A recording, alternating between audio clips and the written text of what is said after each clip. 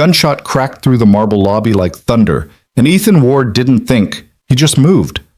One second he was mopping floors in his janitor's uniform. The next he was diving in front of Isabella Grant, the pregnant billionaire CEO who'd never even noticed he existed.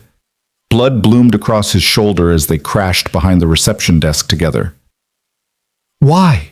she gasped, pressing her hands against his wound. He looked at her swollen belly, then into her terrified eyes. "Because I'm a father too," he whispered, "and I know what it's like to lose everything."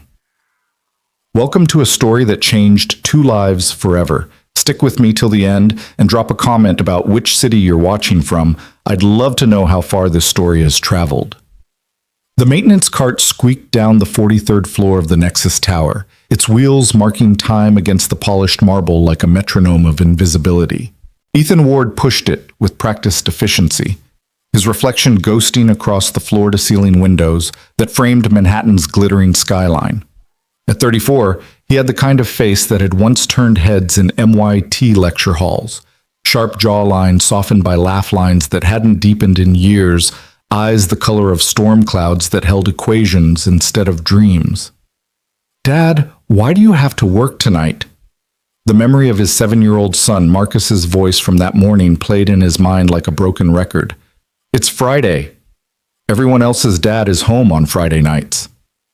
Ethan had knelt down, straightening Marcus's school tie with fingers that once designed AI systems worth millions.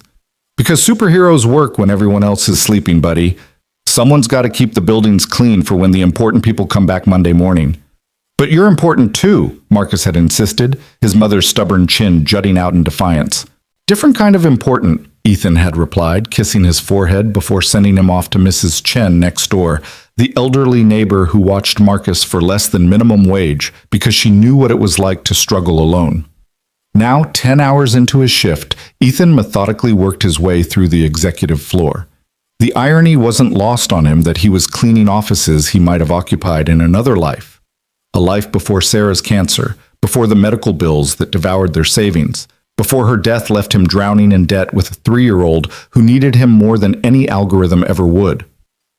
The Nexus Corporation sprawled across the top 15 floors of the building, its logo, an infinity symbol wrapped around a globe, gleaming from every surface like a promise of endless possibility, for everyone except the invisible army that kept it running after dark. "Ward, you missed a spot!" Victor Reeves's voice cut through the silence like a blade. The night security supervisor stood in the doorway of the break room, his uniform stretched tight across a belly that spoke of too many free donuts from the lobby coffee shop. "Conference room 12, the big presentation's tomorrow morning. Ms. Grant wants it spotless. Isabella Grant." Even her name carried weight in these halls. 29 years old, 7 months pregnant, and running a tech empire her father built from nothing. Ethan had seen her exactly 3 times in his 2 years working here. Always from a distance, always surrounded by a constellation of assistants and executives who orbited her like planets around a sun. "On it," Ethan replied, not bothering to mention he'd already cleaned conference room 12 twice tonight. Victor liked to exercise what little power he had, especially over someone who clearly didn't belong in a janitor's uniform. He wheeled his cart toward the conference room, passing walls lined with awards and magazine covers, featuring Isabella's face. Forbes' 30 Under 30, Time's Future of Tech, Business Insider's The Billionaire Who Could Save Silicon Valley. Each headline a reminder of the stratosphere he'd fallen from. The conference room was indeed spotless, but Ethan went through the motions anyway. As he wiped down the smart board for the 3rd time, his hand brushed against a folder someone had left behind. Financial projections for something called Project Mercury.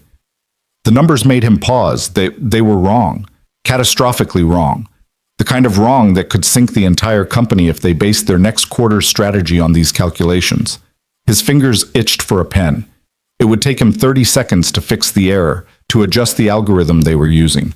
But that wasn't his job anymore. His job was to be invisible, to clean up other people's messes without leaving a trace of himself behind. "Working late again, I see." Ethan spun around, nearly knocking over his bucket. Isabella Grant stood in the doorway, one hand resting on her prominent belly, the other holding a tablet that glowed in the semi-darkness. Up close, She was somehow both more and less intimidating than her photos suggested. Her honey blonde hair was pulled back in a messy bun, and there were shadows under her green eyes that makeup couldn't quite hide. "Miss Grant?" he managed, immediately dropping his gaze to the floor. "I'm sorry, I'll get out of your way." "No, please, finish what you're doing." She moved into the room with surprising grace for someone so heavily pregnant, settling into one of the ergonomic chairs with a soft sigh. "I couldn't sleep anyway. This little one seems to think 3 a.m. is party time." She patted her belly with a tired smile that transformed her face from corporate warrior to something infinitely more human. Ethan continued cleaning, hyper-aware of her presence. She was scrolling through her tablet, occasionally frowning at something on the screen. Every few minutes she'd shift uncomfortably, her hand going to her lower back. "Can I get you anything?" The words escaped before he could stop them. "Water? Or there's a heating pad in the supply closet that might help with your back." She looked up, surprise flickering across her features. "How did you know my back was hurting?" "My wife. When she was pregnant with our son, she used to make that same movement. Said it felt like someone was using her spine as a xylophone." The memory slipped out unexpectedly, bringing with it the familiar ache that lived just behind his ribs. "Was?" Isabella's voice softened, catching the past tense. "Cancer. 4 years ago."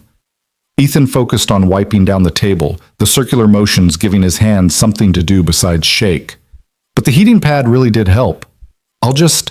That's kind." She studied him with an intensity that made him want to disappear into the walls. "I'm sorry about your wife. That must have been incredibly difficult, especially with a child."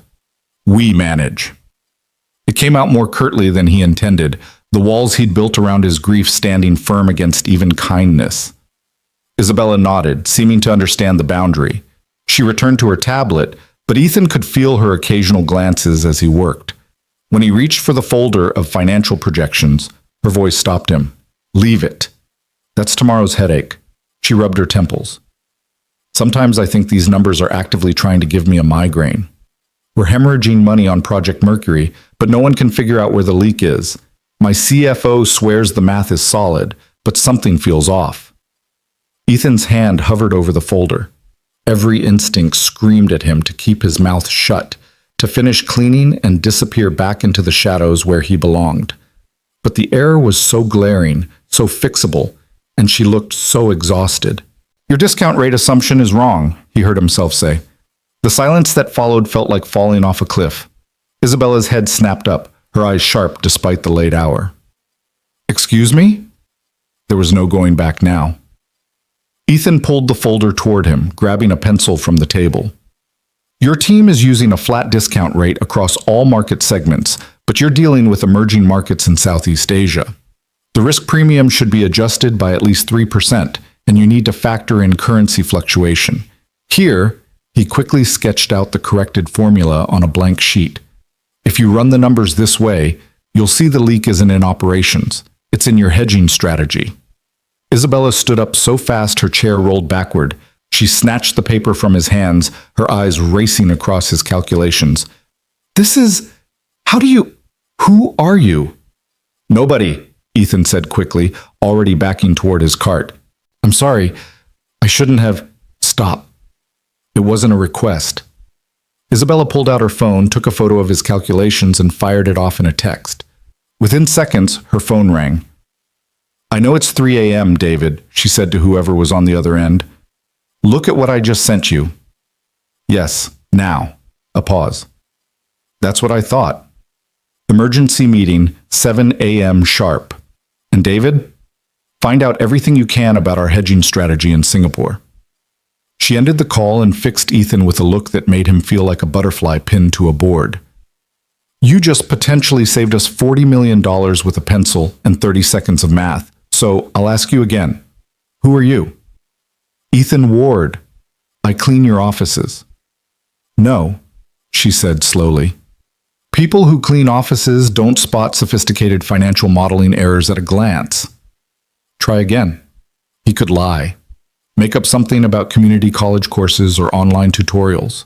But something about the way she was looking at him, not with pity or condescension, but with genuine curiosity, made the truth tumble out. MIT, class of 2013. Masters in Systems Engineering with a focus on financial AI. I used to work for Prometheus Tech before they went under. Isabella's eyebrows shot up. Prometheus? You were part of the team that developed the Apollo trading algorithm?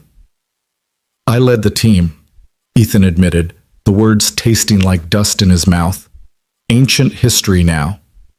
Ancient history that's still being taught in business schools as one of the most innovative financial AI systems ever created. She tilted her head, studying him like a puzzle she couldn't quite solve. What happened? Life, Ethan said simply, gripping the handle of his mop like an anchor. Medical bills happened. Choosing between keeping a roof over my son's head and keeping my dignity happened. This job has health insurance and steady hours. That's all that matters now.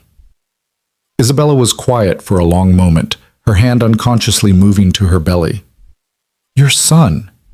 How old is he? 7. His name's Marcus. Despite himself, Ethan smiled. Smart as a whip, wants to be an astronaut on Mondays, a dinosaur hunter on Tuesdays, and a chef by Friday. Sounds like he inherited his father's brain. Isabella moved closer, and Ethan caught a whiff of her perfume, something expensive and subtle that probably cost more than his monthly rent. Mr. Ward, Ethan, I'd like to make you an offer. I don't need charity. Good, because I don't give it.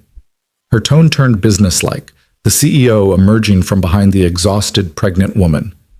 I need someone who can spot a $40 million error in 30 seconds. Someone who understands both the technical and financial sides of what we do here. The position of senior financial systems analyst just opened up. It pays $150 to start, full benefits, flexible hours for family obligations. Ethan's knees nearly buckled. $150,000, more than triple what he made now. Enough to get a better apartment, send Marcus to a good school, maybe even start saving for college. Why? The word came out rough. You don't even know me.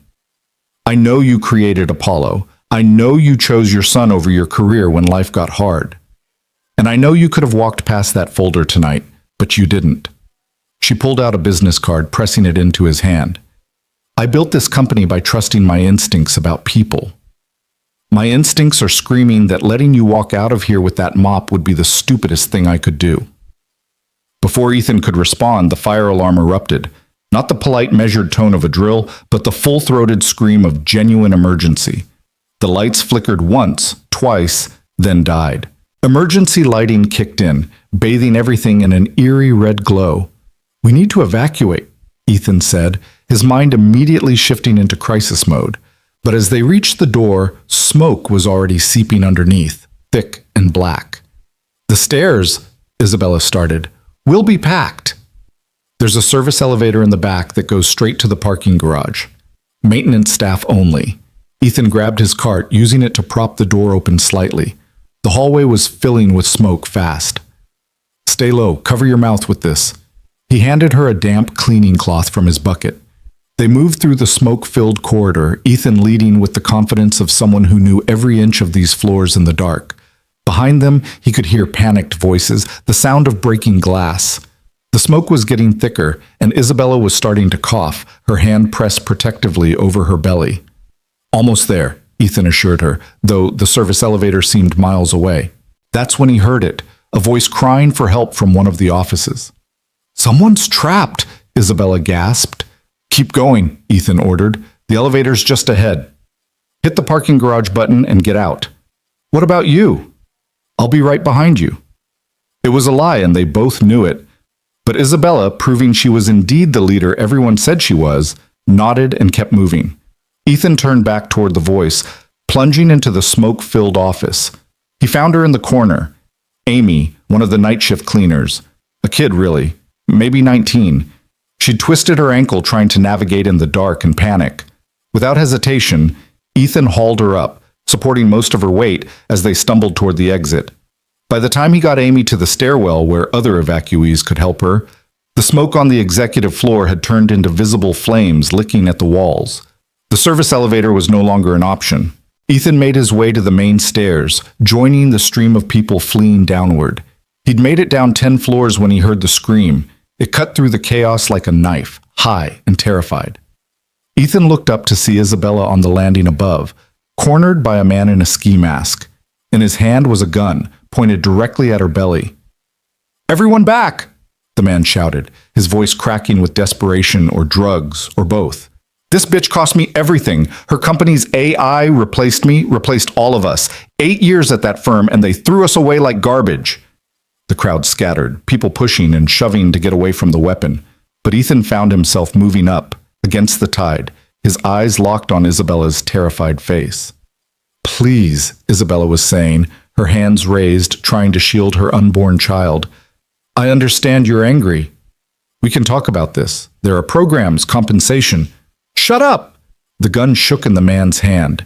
"You understand nothing. Living in your tower, playing with people's lives like we're just numbers on your spreadsheet. But you're going to understand loss now. You're going to understand what it feels like to have everything ripped away."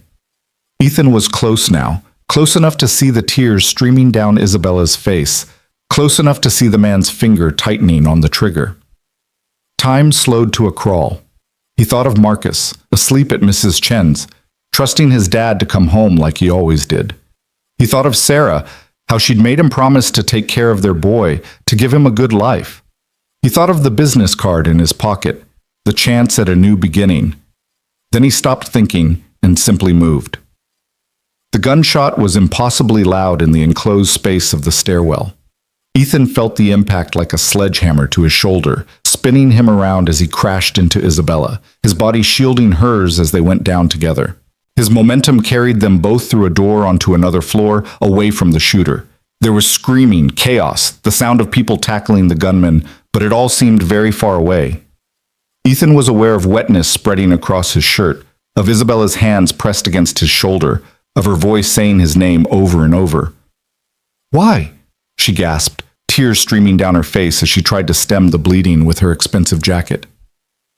"You don't even know me. Why would you—" "Because I'm a father," Ethan managed through gritted teeth. The pain was extraordinary, like someone had poured molten lead into his shoulder. "And I know what it's like to lose everything. Couldn't let him take that from you, from your baby." Sirens wailed in the distance, getting closer. Someone had found them, was shouting for paramedics. Isabella's face swam in and out of focus above him. "Stay with me," she commanded, her CEO voice cutting through his fog. "That's an order, Mr. Ward. You're starting that job on Monday, you hear me?" "Ethan? Ethan!" The world faded to black, but not before he heard her add, in a whisper that might have been prayer or promise. "You saved us. Now let me save you." When Ethan woke up, the first thing he saw was sunlight. Not the harsh fluorescent glare of hospital lights, but actual sunshine streaming through a window, painting golden stripes across crisp white sheets. The second thing he saw was Marcus curled up in a chair beside his bed, his Iron Man action figure clutched in one small hand. "Dad?" Marcus's eyes flew open the moment Ethan stirred. "Dad! You're awake! Ms. Isabella, he's awake!" Before Ethan could process that his 7-year-old was on a first-name basis with a billionaire, Isabella appeared in the doorway. She looked different, the corporate armor replaced with a simple sweater and jeans, her hair loose around her shoulders. Her belly seemed even more prominent now, or maybe it was just the way she was cradling it protectively. "Welcome back," she said softly. "You've been out for 3 days. The doctor said the surgery went well, no permanent damage, though you'll need physical therapy." 3 days? Ethan tried to sit up, wincing as his shoulder protested violently. "Marcus, school is covered," Isabella interrupted. "Mrs. Chen has been wonderful, and Marcus has been here after school every day. We've become quite good friends, haven't we?" Marcus nodded enthusiastically. "Ms. Isabella knows all about rockets, and she said, when you're better, we can visit the Space Museum." Ethan looked between his son and the woman he'd taken a bullet for, trying to make sense of this new world he'd woken up in. "You didn't have to eat—" "Yes, I did." Isabella's voice brooked no argument. "You saved my life. My child's life. The least I can do is make sure your son is taken care of while you recover. The shooter, in custody. Turns out he was part of a group planning to target several tech companies. The fire was a distraction. If you hadn't... She trailed off, her hand going to her belly. The FBI says your actions probably prevented a much larger tragedy. Marcus climbed onto the bed carefully, snuggling into Ethan's good side. Ms. Isabella says you're a hero, Dad. A real one, not just the cleaning kind. All heroes are the cleaning kind, buddy, Ethan said, ruffling his son's hair. Some of us just clean up different messes. Isabella laughed, a surprisingly warm sound. Speaking of messes, we need to talk about that job offer. I'm pretty sure getting shot voids the interview process. Ethan attempted a joke. Actually, it fast-tracks it. She pulled out a tablet, all business despite the casual clothes. $175 to start, not $150. Full medical coverage, including all your current bills from this incident. And yes, before you argue, that's standard company policy for workplace injuries. Flexible hours, with the understanding that you'll need time for physical therapy. And Marcus gets access to our corporate daycare program, which includes after-school tutoring and summer programs. Ethan's head spun. This is too much. No, it's not enough. Isabella's voice turned fierce. Do you know what happened after you spotted that error in our projections? We found 3 more similar issues, all bleeding money we didn't even know we were losing.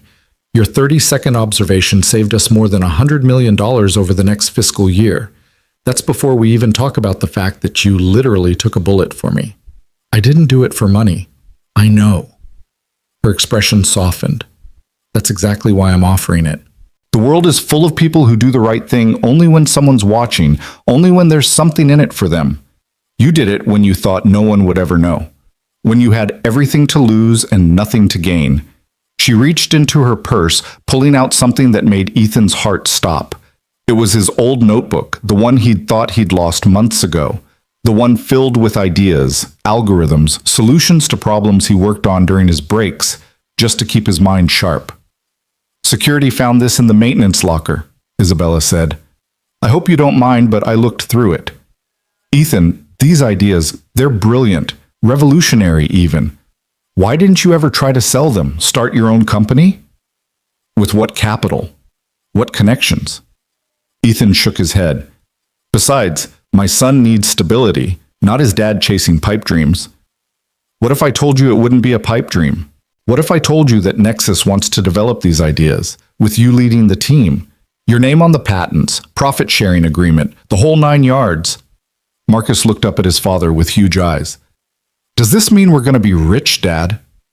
It means, Ethan said slowly, looking at Isabella, that sometimes life gives you second chances in the strangest ways.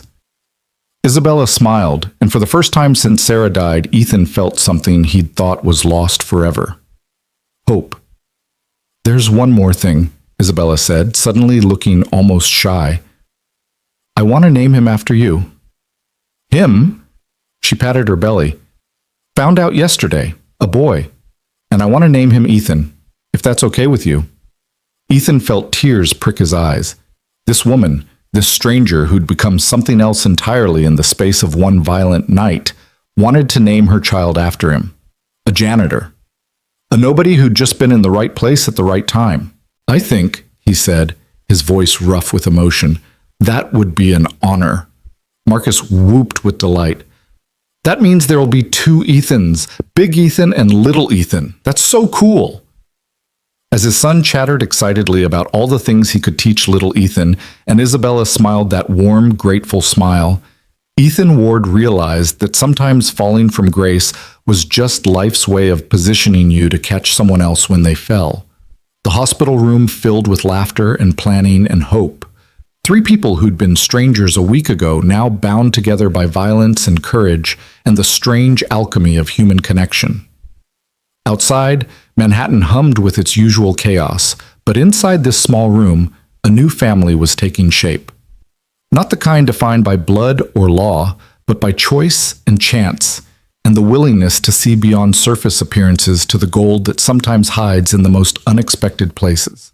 2 months later, Ethan stood in front of a whiteboard covered in equations, explaining to a room full of Nexus engineers how his new algorithm could revolutionize their entire trading platform. His shoulders still ached sometimes, a reminder of that night, but he wore it like a badge of honor. Mr. Ward, one of the senior engineers interrupted, "This is impressive, but the implementation would require completely restructuring our existing framework." "Yes," Ethan agreed simply. "Sometimes you have to tear down what's broken before you can build something better." Through the glass wall of the conference room, he could see Isabella in her office, her feet up on her desk, very pregnant and absolutely glowing as she conducted a video call with investors. She caught his eye and gave him a thumbs up. After the meeting, Ethan found her in the break room, struggling to reach something on a high shelf. "Let me," he said, easily grabbing the box of tea she'd been after. "My hero, again?" she teased, but there was genuine warmth in it. "How'd the presentation go?" "They think I'm crazy." "Perfect. All the best ideas sound crazy at first." She studied him over her mug. "You know, I never properly thanked you. You gave me a job worth more than I ever dreamed of making." "I think that counts as thanks." "No," Isabella said seriously. "I mean, really thanked you, not as a CEO, not as your boss, but as a mother. You gave my son a chance at life. You gave me a chance to meet him. There aren't words for that kind of gift." "You gave me back my life too," Ethan admitted. "After Sarah died, I was just going through the motions, surviving, not living. This job, this chance, it reminded me that I'm more than just my worst moments." "We all are," Isabella agreed. "Sometimes it just takes someone else to see it first." That evening, Ethan picked Marcus up from the Nexus daycare program, where he'd been building rockets out of Legos with the other kids. As they walked through the lobby, several people nodded respectfully at Ethan. The story of the janitor who saved the CEO had become company legend, though Ethan wished it would fade faster. "Dad," Marcus said as they waited for the subway, "are you happy now?" It was such a simple question, but it hit Ethan like a punch to the gut. When was the last time Marcus had seen him truly happy? "Yeah, buddy," he said, pulling his son close. "I really am." "Good. Mom would be happy too." Ethan looked down at his son in surprise. Marcus rarely mentioned Sarah anymore. "She told me in a dream," Marcus continued matter-of-factly, the way only children can discuss the profound. "She said she was proud of you for being brave, and she likes Ms. Isabella." "Oh yeah?" "Yeah, she said Miss Isabella and little Ethan are going to be our family now. Not replacing family, but adding family. Like when you do math and make the number bigger." Out of the mouths of babes, Ethan thought, marveling at his son's simple wisdom. 3 weeks later, Isabella went into labor during a board meeting. Ethan was in his office, deep in code, when his assistant burst in. "Mr. Ward, Ms. Grant is in labor, and she's asking for you." He found Isabella in her office, breathing through a contraction while somehow still trying to finish an email. "I swear this child has his father's timing," she gasped, then looked mortified. "I mean, not his father. The biological father. He's not in the picture." Ethan had wondered, but never asked. Isabella Grant's personal life was notably absent from all those magazine profiles. "Do you have someone to call? Family?" "My parents are in Tokyo for the month. My sister's in London." Another contraction hit, and she gripped the edge of her desk. "I planned this perfectly. He wasn't due for another 2 weeks. I had spreadsheets." "Babies don't care about spreadsheets," Ethan said gently. "Come on, let's get you to the hospital. I can call a car." "Isabella!" He used her first name deliberately, watching her eyes widen slightly. "Let me help." "Please." She nodded, and something shifted between them in that moment. The careful professional distance they'd maintained cracked just a little. The next 12 hours were a blur. Ethan stayed because Isabella asked him to, gripping his hand through contractions while alternating between threatening to fire him if he ever told anyone she cried and apologizing for ruining his shirt with her tears. "This is karma," she gasped between pushes.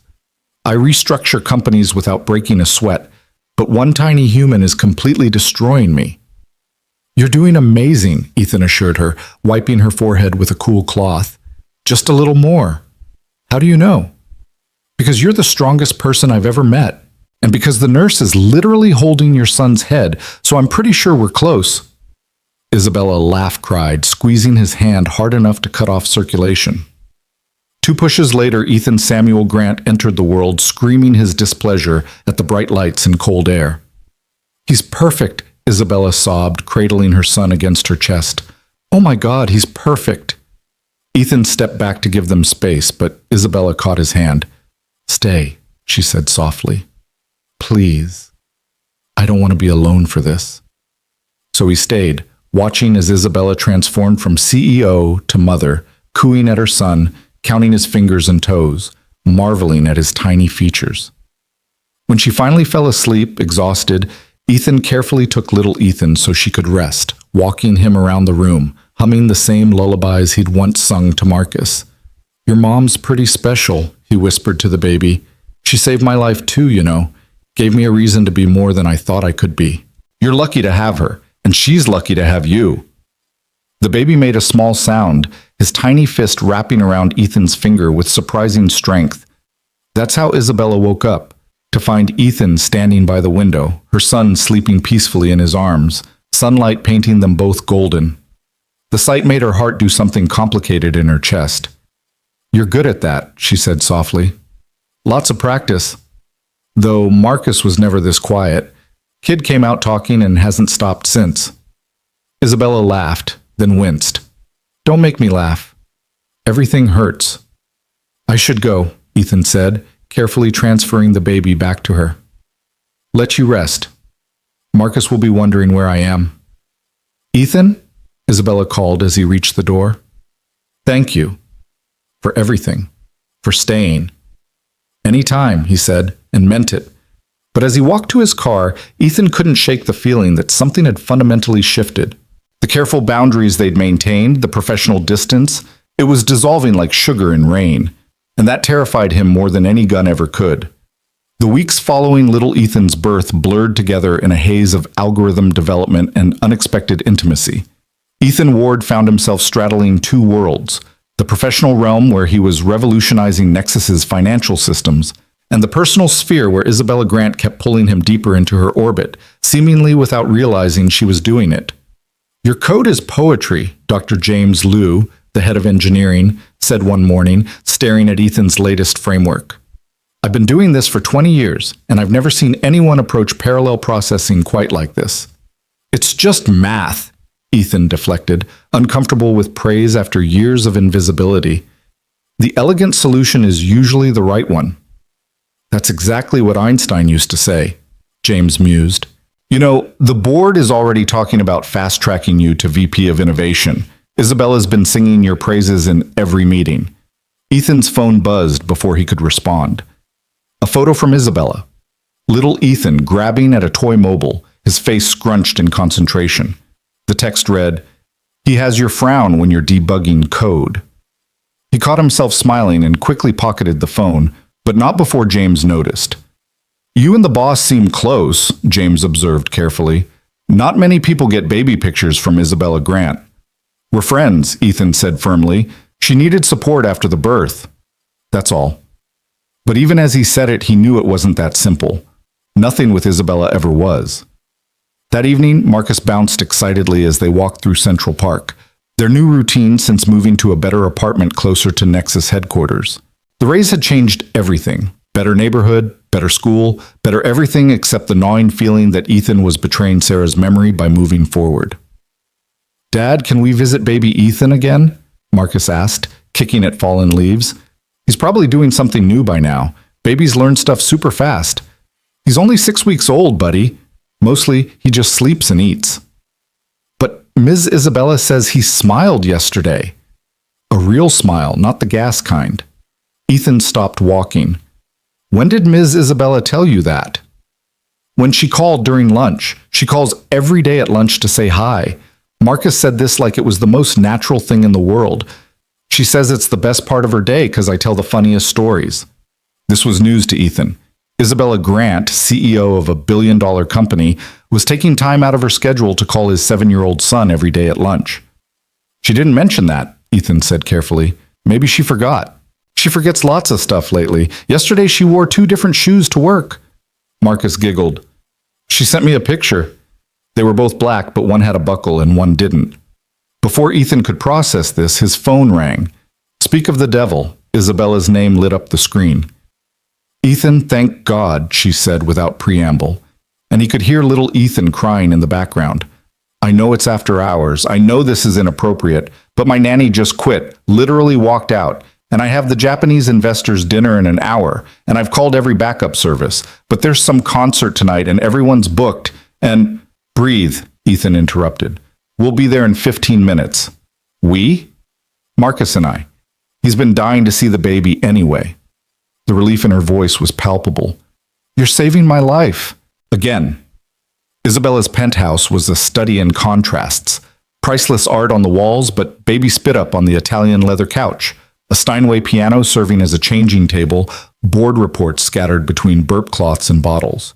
She answered the door in a stunning black cocktail dress with her hair half done and baby formula staining the shoulder. I'm a disaster, she said, shoving little Ethan into Ethan's arms. He won't stop crying, I can't get my hair to cooperate, and I'm pretty sure I put my underwear on backward. Go, Ethan said calmly, the baby already settling against his chest. Finish getting ready. We've got this. Marcus had already found the toy box Isabella kept for him. When had she bought toys for Marcus? And was setting up an elaborate game involving dinosaurs and spaceships. Can I help with baby Ethan? Marcus asked hopefully. Sure, buddy. You can be my assistant. First mission, locate a clean burp cloth. As Marcus raced off on his quest, Ethan walked little Ethan around the living room, taking in the space. The penthouse was beautiful but cold, like a magazine spread waiting to be photographed. The only lived-in spots were where the baby had clearly taken over, a vibrating bouncer by the window, a playmat in what should have been a formal sitting area. On the mantel, he noticed a photo that made him pause. It was Isabella in a hospital bed, looking exhausted but radiant, holding newborn Ethan. But what stopped his breath was that he was in the photo too, standing beside the bed, his hand resting protectively on the back of her hospital chair. He didn't even remember someone taking it. That's my favorite picture, Isabella said from behind him. She'd transformed, hair swept up elegantly, makeup flawless, the formula stain hidden under a strategic scarf. You both look so protective, like guardian angels. Isabella, I know what you're going to say, she interrupted. This is getting too personal, too complicated. But Ethan, She stopped, seeming to realize Marcus was listening. We'll talk later. I should go. The dinner will be fine, Ethan assured her. Go close your deal. We'll be here when you get back. She kissed little Ethan's head, hesitated, then kissed Marcus's too. Be good for your dad, sweetheart. The look she gave Ethan before leaving was loaded with things unsaid. The evening passed peacefully. Little Ethan finally settled. Marcus read him stories, mostly involving explosions and aliens, and Ethan found himself oddly at home in Isabella's space.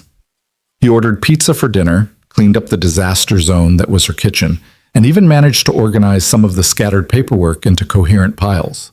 He was just getting both boys settled on the couch for a movie when he noticed a folder marked Confidential, Project Prometheus. His blood ran cold. Prometheus was his old company, the one that had collapsed and taken his career with it. Why would Isabella have files on it? Unable to resist, he opened the folder. Inside were acquisition papers, dated 3 weeks ago.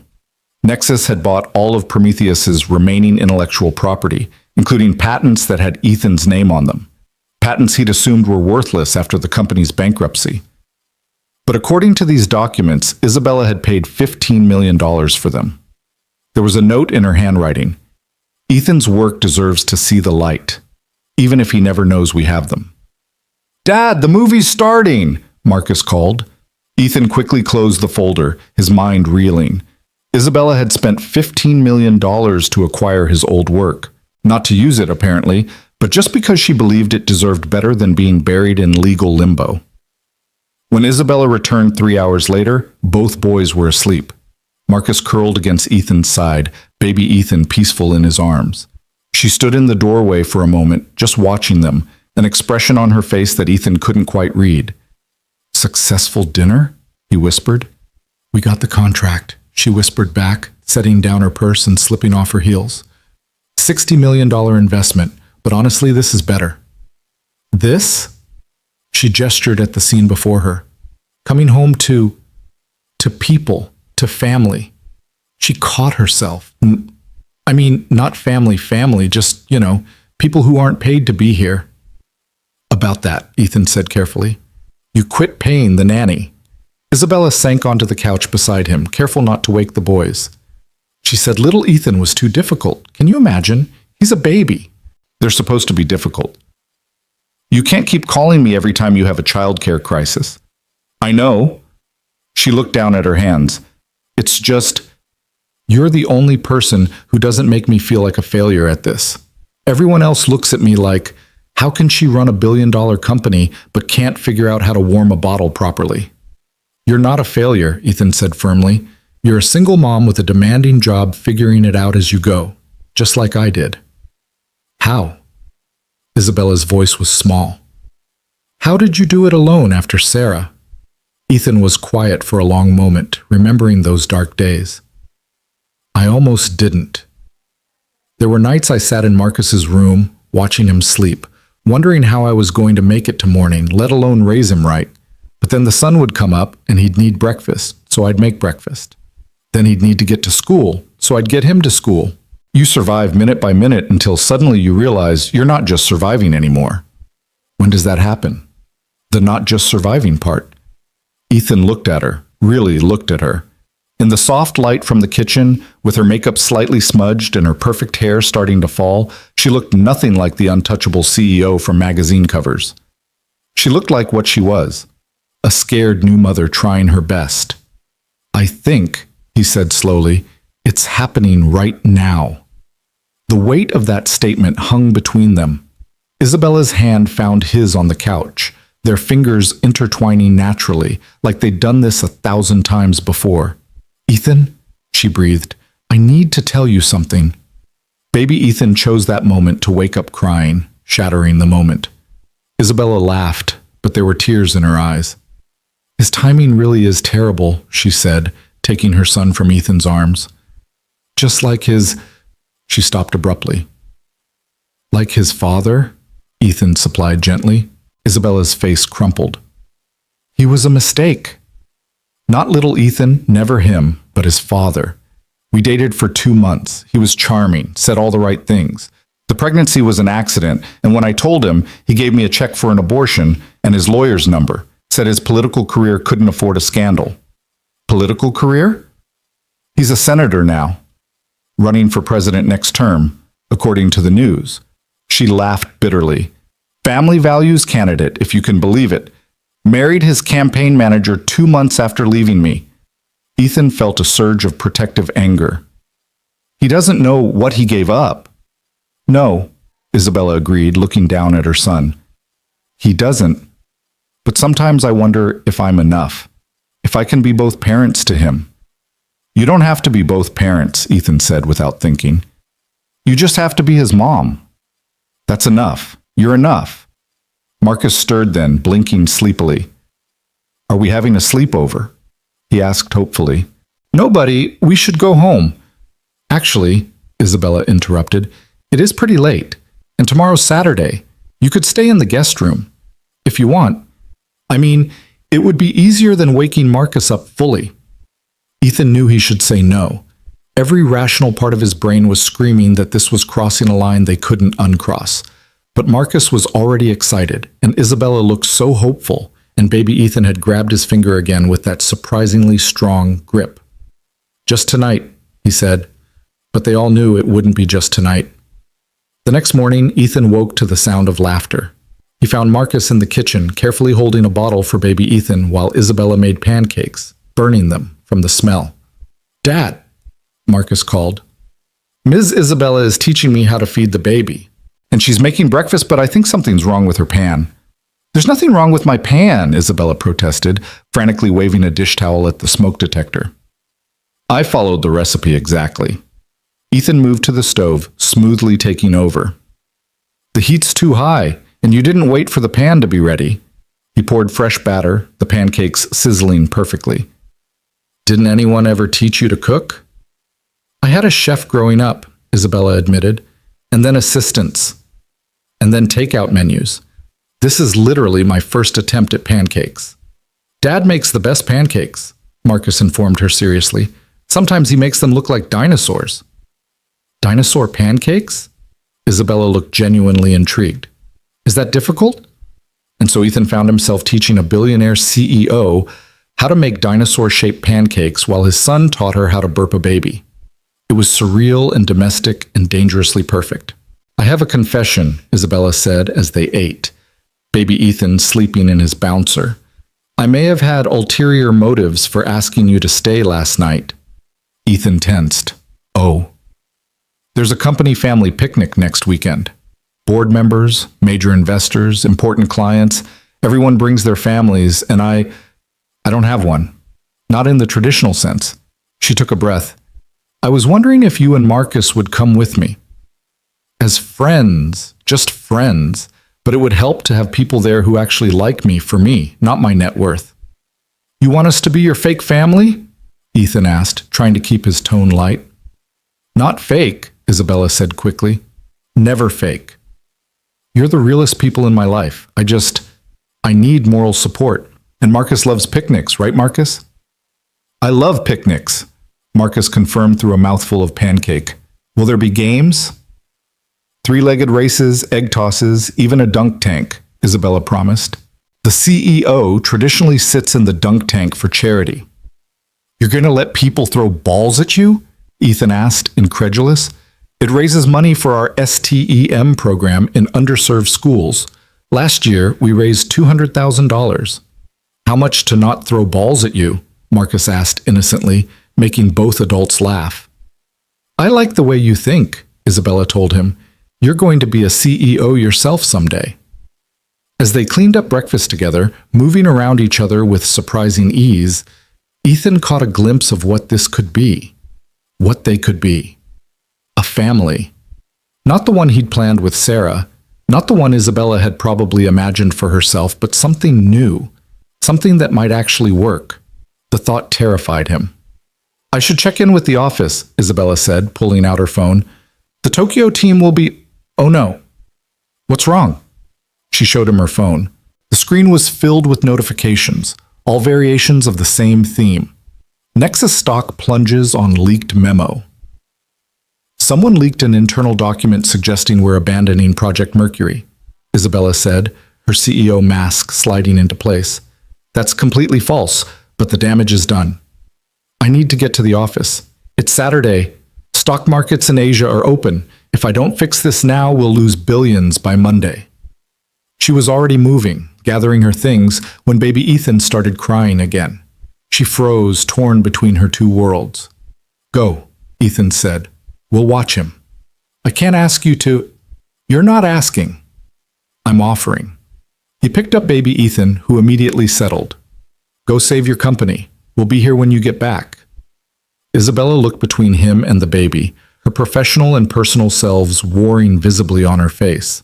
I promise we'll take good care of him, Marcus added solemnly. I'm a really good big brother.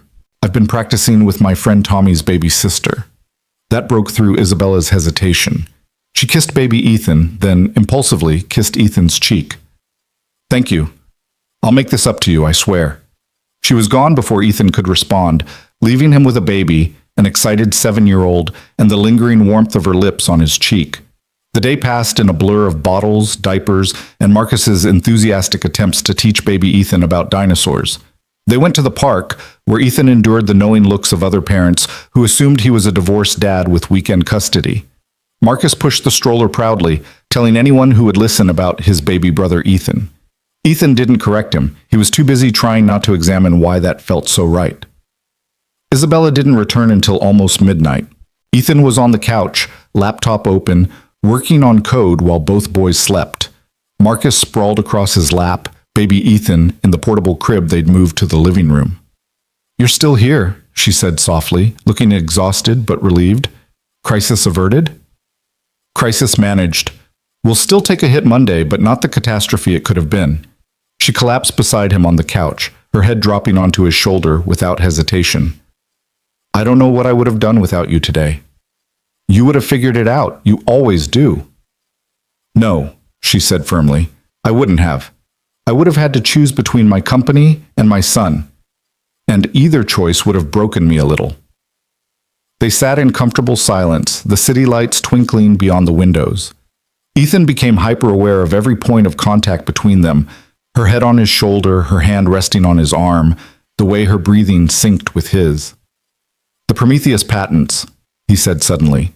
Isabella stiffened. You saw the folder. Why? She was quiet for so long he thought she wouldn't answer. Then, because you deserved better than what happened to you. Your work was brilliant, innovative, years ahead of its time. It shouldn't have died with that company. $15 million is a lot of money for sentiment. It's not sentiment, it's justice. And besides, she lifted her head to look at him, I plan to make 10 times that when we implement your designs. I'm a businesswoman, Ethan. I don't make investments that won't pay off. And what about this? He gestured at their position, at the boys sleeping nearby, at the domestic scene they'd created. Is this an investment too? Isabella's eyes flashed with hurt.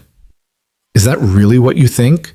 That I'm calculating the ROI on every moment we spend together? I don't know what to think, Ethan admitted. 2 months ago, I was mopping your floors. Now I'm in your house, taking care of your son, and you're looking at me like what? Like I'm more than just your employee who took a bullet for you. Isabella pulled away, standing abruptly. You are more than that. She stopped, running her hands through her hair in frustration. God, Ethan, you have to know by now that you're everything. You and Marcus, you've become everything to us. The admission hung in the air like a challenge. Isabella, no, let me finish. I know this is complicated. I know I'm your boss, and that makes this ethically messy. I know you're still grieving Sarah, and I'm a single mother with trust issues and a company to run. I know all the reasons this shouldn't work. But Ethan, when I'm with you, none of that matters. When I watch you with my son, when I see Marcus teaching him silly songs, when we're all together like this, it feels like family. It feels like home. And I haven't felt that since my parents died. Your parents are in Tokyo, Ethan said, confused. Isabella's laugh was bitter. My parents died when I was 22. Car accident. The people in Tokyo are my father's investors, who I call Mom and Dad, to maintain the fiction that I have a support system. No one wants to trust a billion-dollar company to an orphan with abandonment issues. The revelation recontextualized everything Ethan thought he knew about her. The workaholic tendencies, the desperate need for control, the way she'd latched onto him and Marcus like lifelines. We're both orphans, he said softly. In different ways. Broken people trying to build something whole, Isabella agreed. Ethan stood, closing the distance between them. We're not broken. We're just experienced. We know what loss feels like, which makes us appreciate what we have even more. And what do we have? Isabella asked, her voice barely a whisper. Instead of answering with words, Ethan did what he'd been wanting to do for weeks. He kissed her. It was gentle at first, tentative, both of them afraid of shattering this fragile thing between them.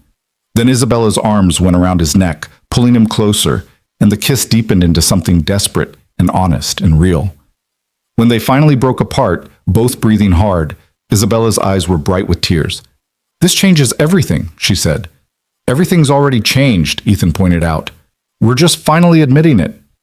Before Isabella could respond, baby Ethan started crying. They both laughed, the tension breaking. His timing really is the worst, Ethan said, moving to pick up the baby. Just like his father, Isabella said, then froze. I mean, I know what you meant.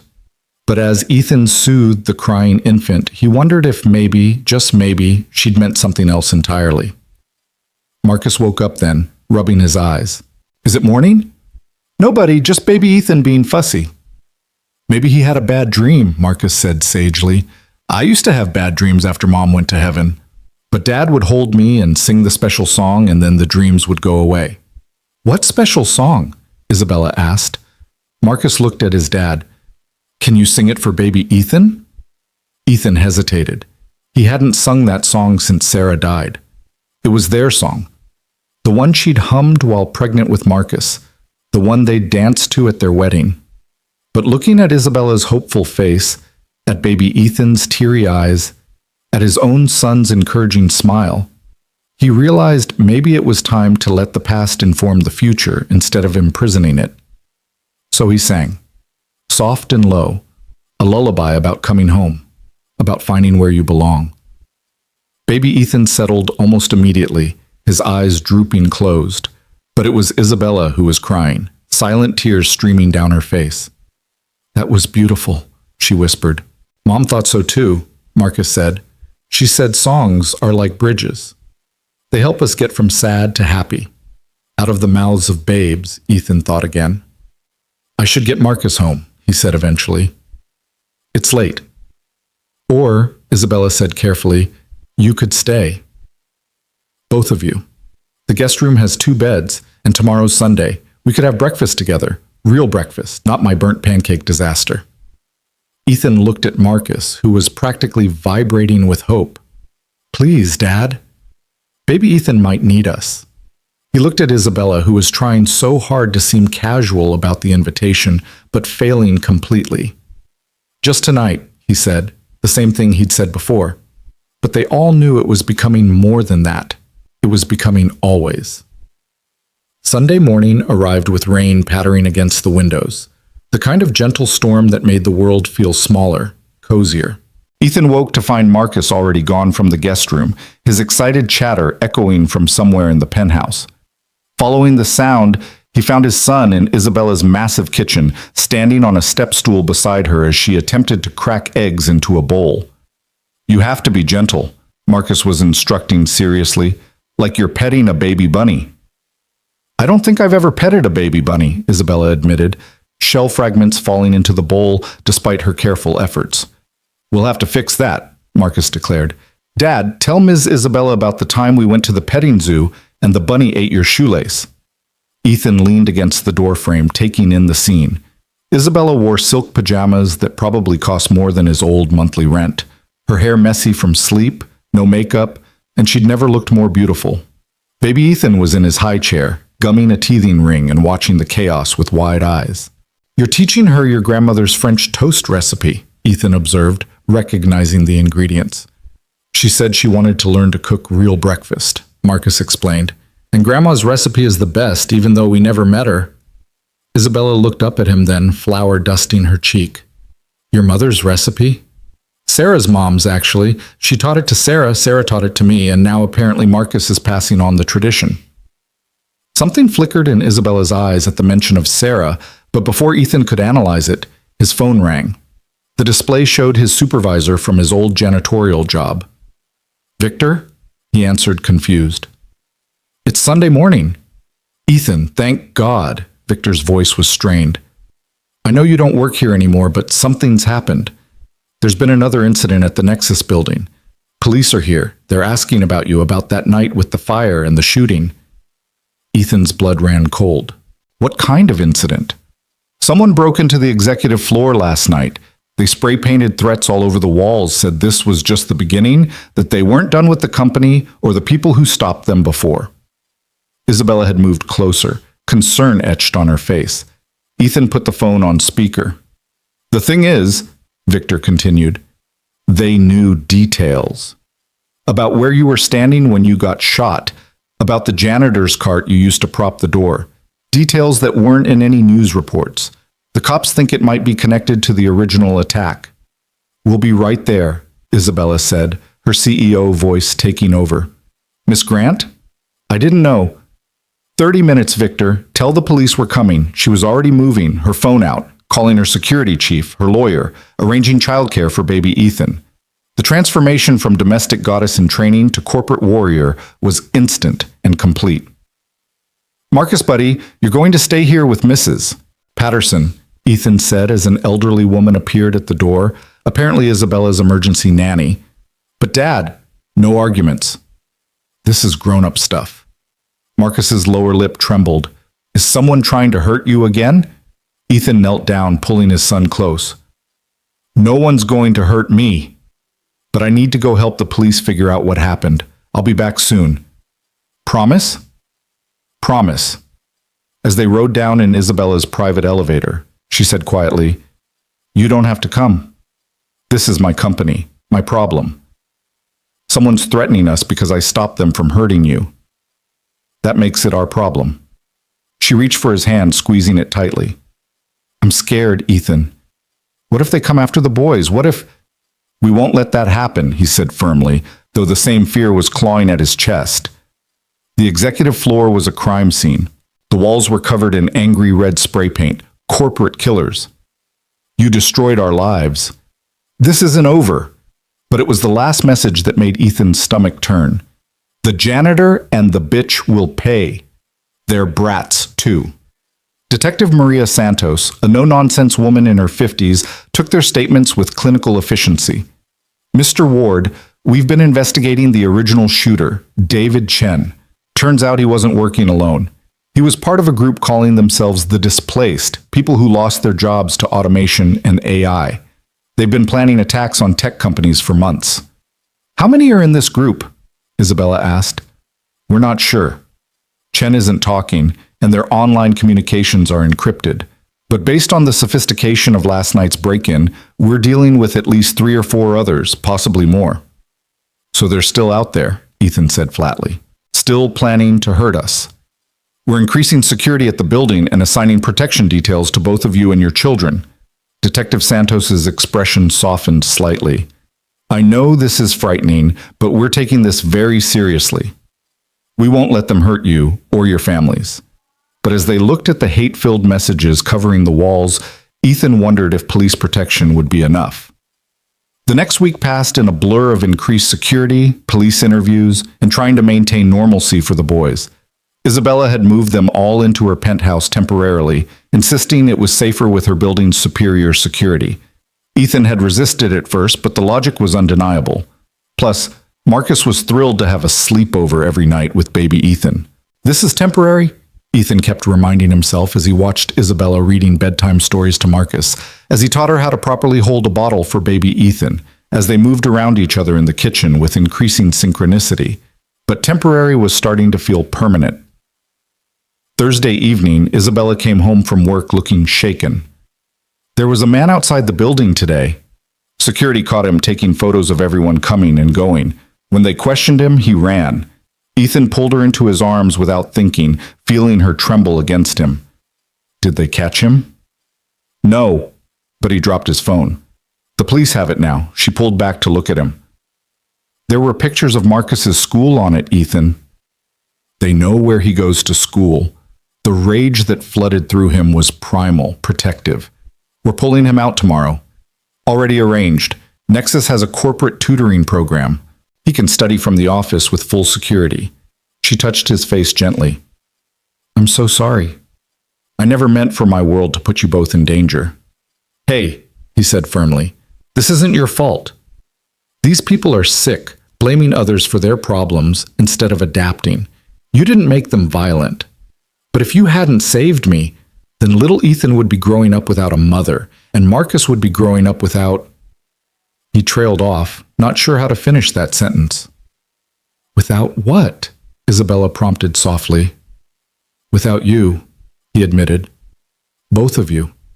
You've become so important to him, Isabella, to us. She kissed him then, desperate and fierce, like she was trying to memorize the feel of him. When they broke apart, there were tears on her cheeks.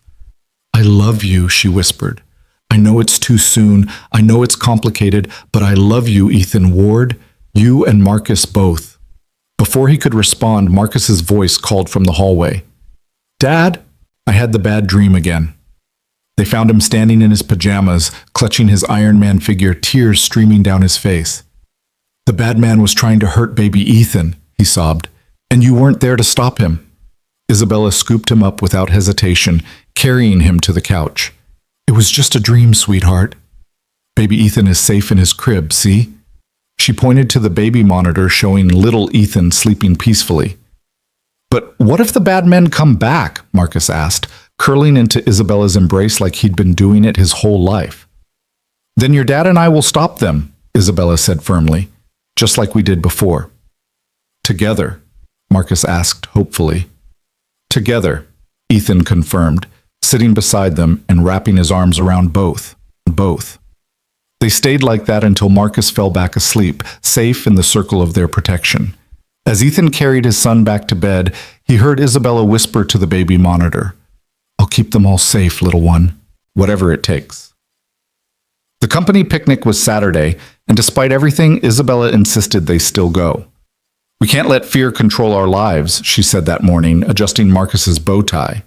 They'd gone shopping together earlier in the week, Isabella insisting on buying Marcus a whole new wardrobe for safety reasons, though Ethan suspected she just enjoyed spoiling his son. "Do I look like a businessman?" Marcus asked, examining himself in the mirror. "You look like a heartbreaker," Isabella told him, making him giggle. The picnic was held at a private estate in the Hamptons, with security so tight even the caterers had background checks. As they arrived, Ethan was acutely aware of the picture they made.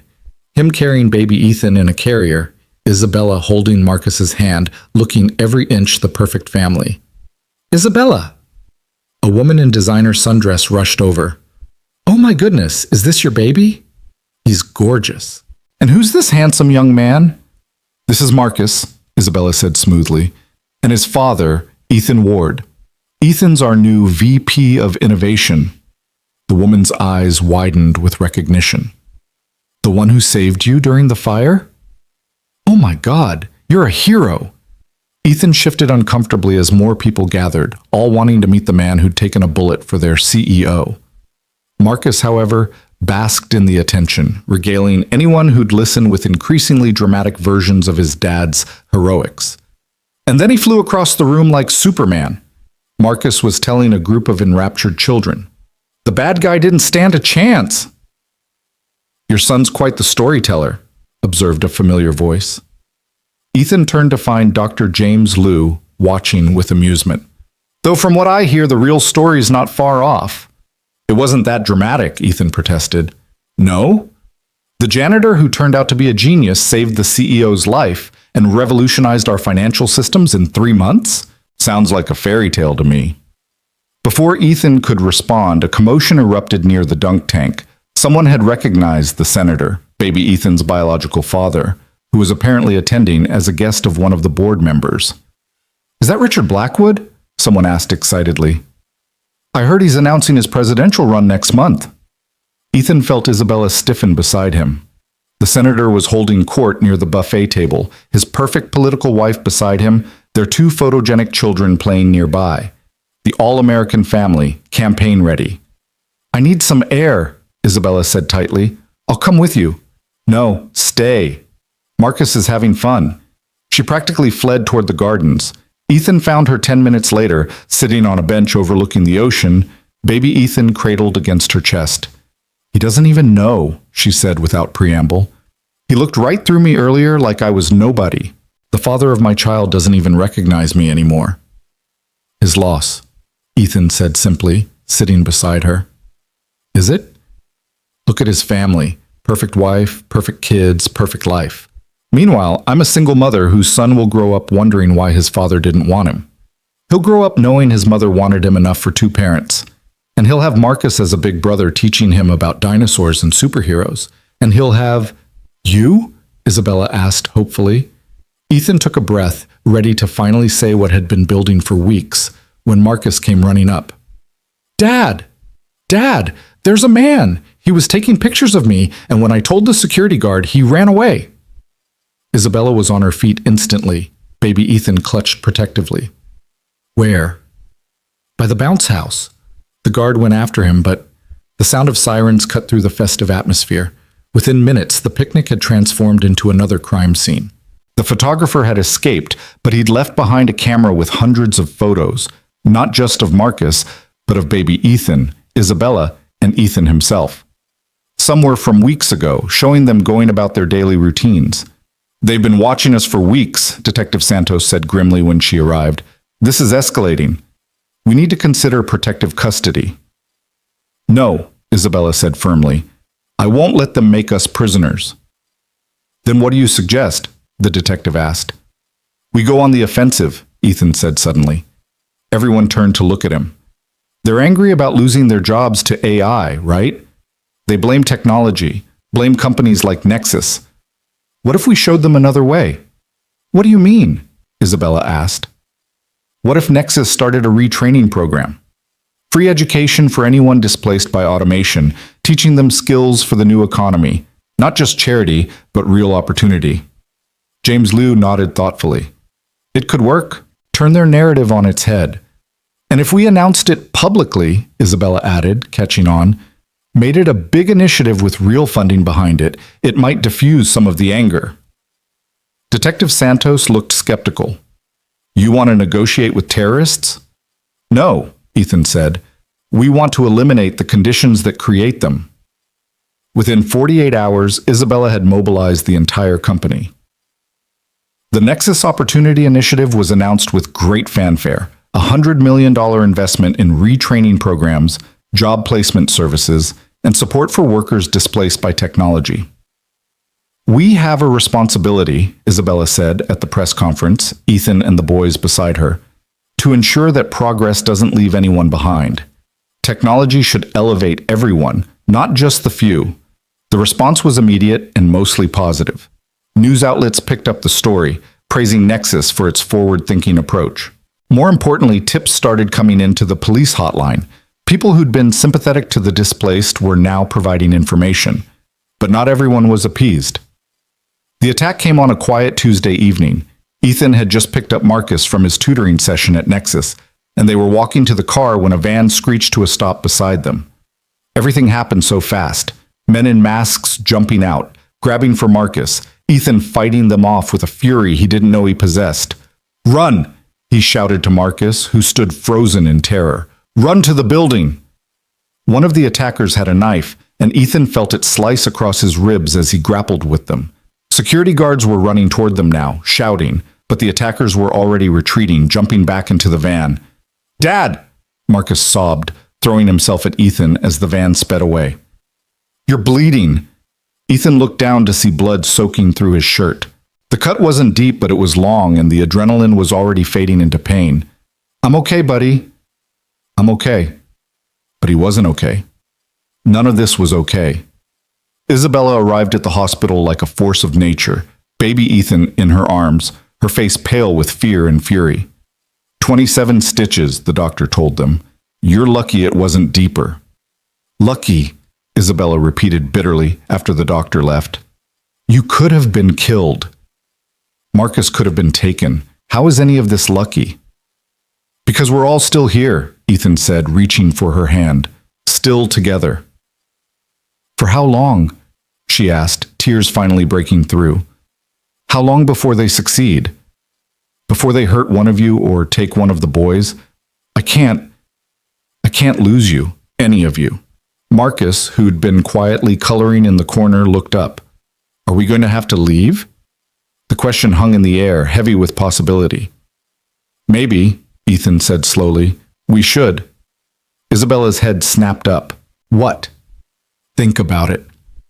These people know where we live, where Marcus goes to school, where we work.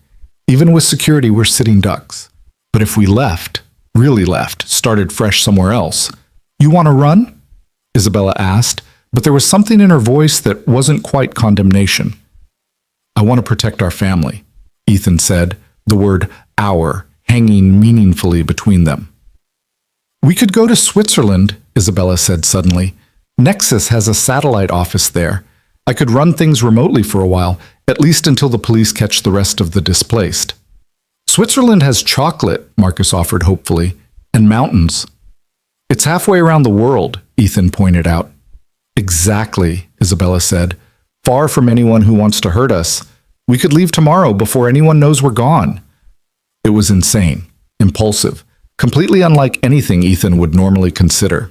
But looking at Marcus's scared face, at baby Ethan sleeping innocently in Isabella's arms, at the woman he'd somehow fallen completely in love with, he realized normal had stopped applying to their lives weeks ago. Okay, he said. Okay, Isabella repeated, surprised. Let's go to Switzerland. All of us. Together. Marcus cheered, then winced as the movement pulled at his father's stitches. Sorry, Dad. Never apologize for being happy, buddy. Isabella leaned down and kissed him, careful of his injuries. I love you, she whispered. Both of you. All three of you. We love you too, Marcus said matter-of-factly. Right, Dad? Ethan looked at his son, at Isabella, at baby Ethan, at this patchwork family they'd built from tragedy and chance and choice. Right, he confirmed. We love you too. They left New York 36 hours later on a Nexus corporate jet with enough security to protect a head of state. As the city disappeared beneath the clouds, Ethan held Isabella's hand while Marcus excitedly pointed out landmarks to baby Ethan, who gurgled happily in response. This isn't how I pictured my life going, Isabella said softly. Better or worse than expected? Ethan asked. She looked at their boys, at their joined hands, at the future spreading out before them, uncertain but theirs. Different, she said, but perfect in its own way. As the plane carried them toward their new life, Ethan thought about the strange path that had led them here. A janitor and a billionaire, a widow and a single mother, two broken families becoming one whole. It shouldn't work, but somehow it did.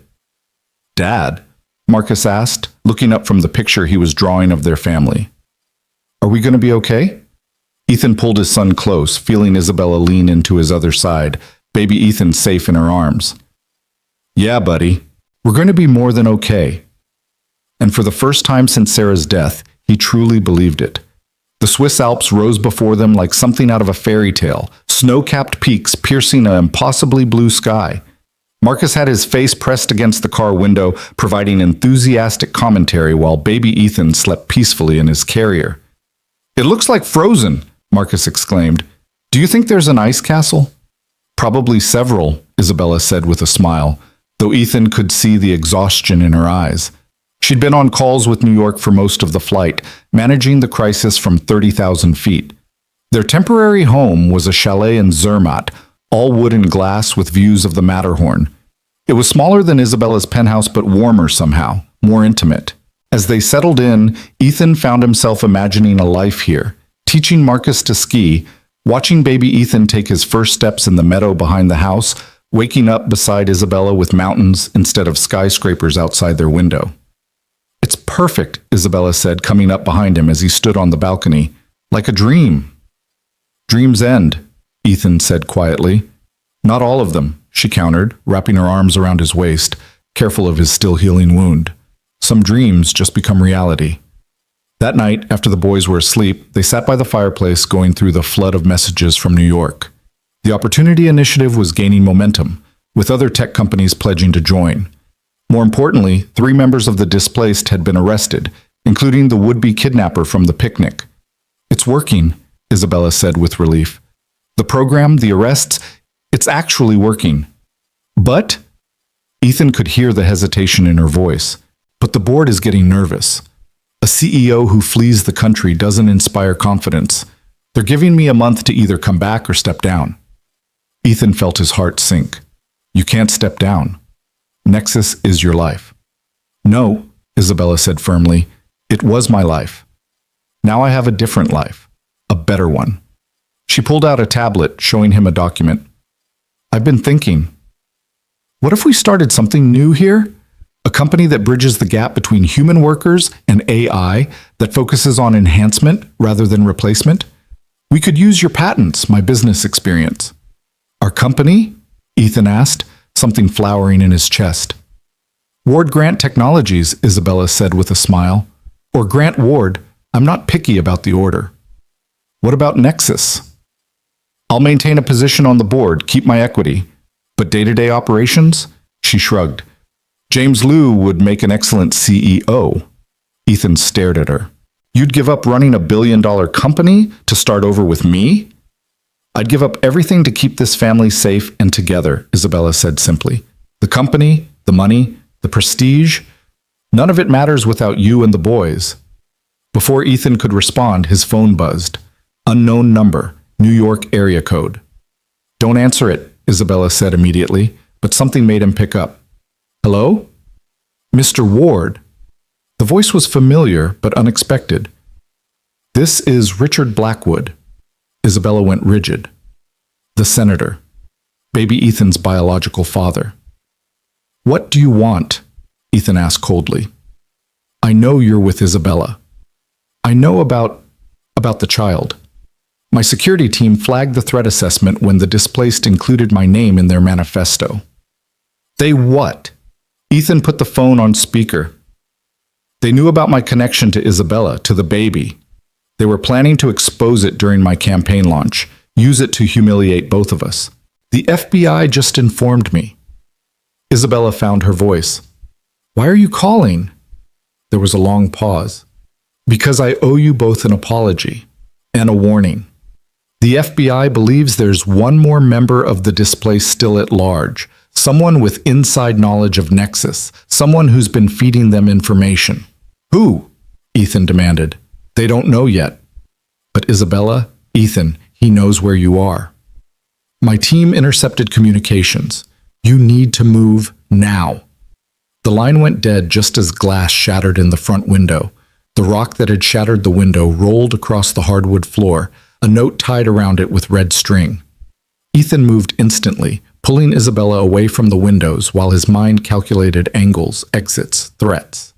The boys were upstairs, still sleeping, unaware that their sanctuary had just been breached.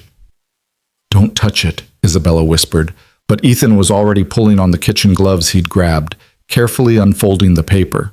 You can't run far enough. The children will pay for your sins. Isabella's hand flew to her mouth, muffling a sob. Through the broken window, they could hear movement in the darkness outside, boots crunching on gravel, getting closer. Get the boys, Ethan commanded, his voice steady despite the fear coursing through him. Backstairs, go to the car. Keys are in my jacket. What about you? I'll be right behind you. Go! She ran, her feet silent on the stairs, and Ethan moved to the kitchen, grabbing the knife block. His ribs screamed in protest as he positioned himself between the front door and the staircase. If someone was coming in, they'd have to go through him first. The doorknob turned slowly, testing, then stopped. Ethan held his breath, knife gripped tight, when his phone buzzed again. This time, a text from an unknown number.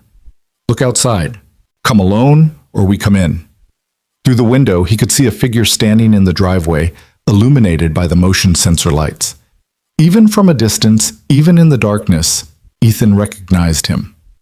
Victor Reeves, his old supervisor from the janitorial job. The pieces clicked into place with sickening clarity. Victor, who always knew which offices would be empty. Victor, who had access to every floor, every security code. Victor, who'd called him to the crime scene, ensuring he'd be there for the police to question. Ethan made a decision that went against every instinct screaming in his head. He opened the door and stepped outside. Victor, he said calmly, though his hand still gripped the knife. This isn't you. This isn't who you are. Victor laughed bitterly, and Ethan could see the gun in his waistband, the wild look in his eyes. You don't know anything about me, Ward. You worked beside me for 2 years and never once asked about my life, my family. Nothing. You're right, Ethan admitted, taking a careful step forward.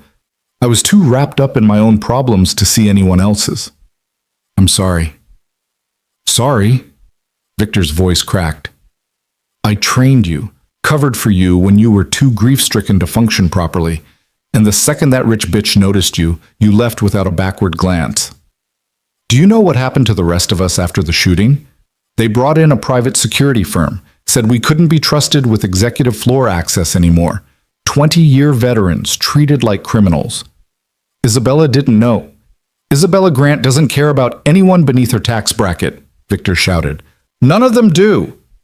We're invisible to them, just background noise until one of us snaps. Well, guess what? We all snapped.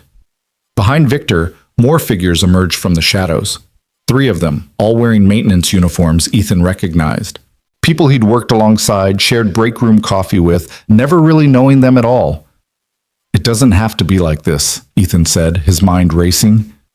Isabella should be at the car by now with the boys. He just needed to buy them time. The Opportunity Initiative is a PR stunt, Victor spat.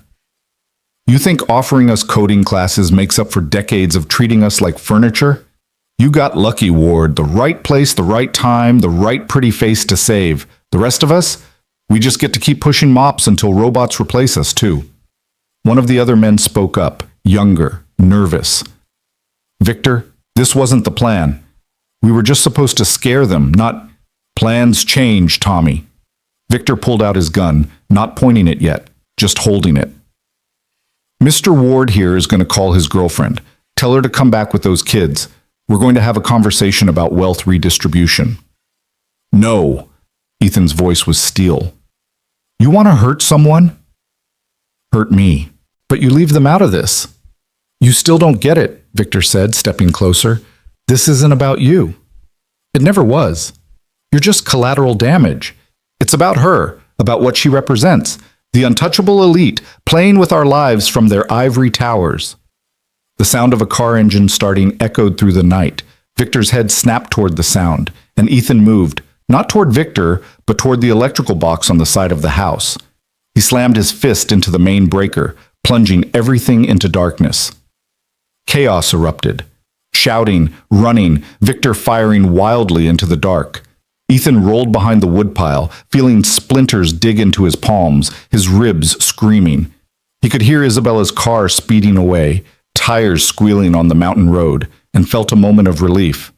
Then headlights blazed to life, two vehicles hidden in the trees roaring to life, giving chase.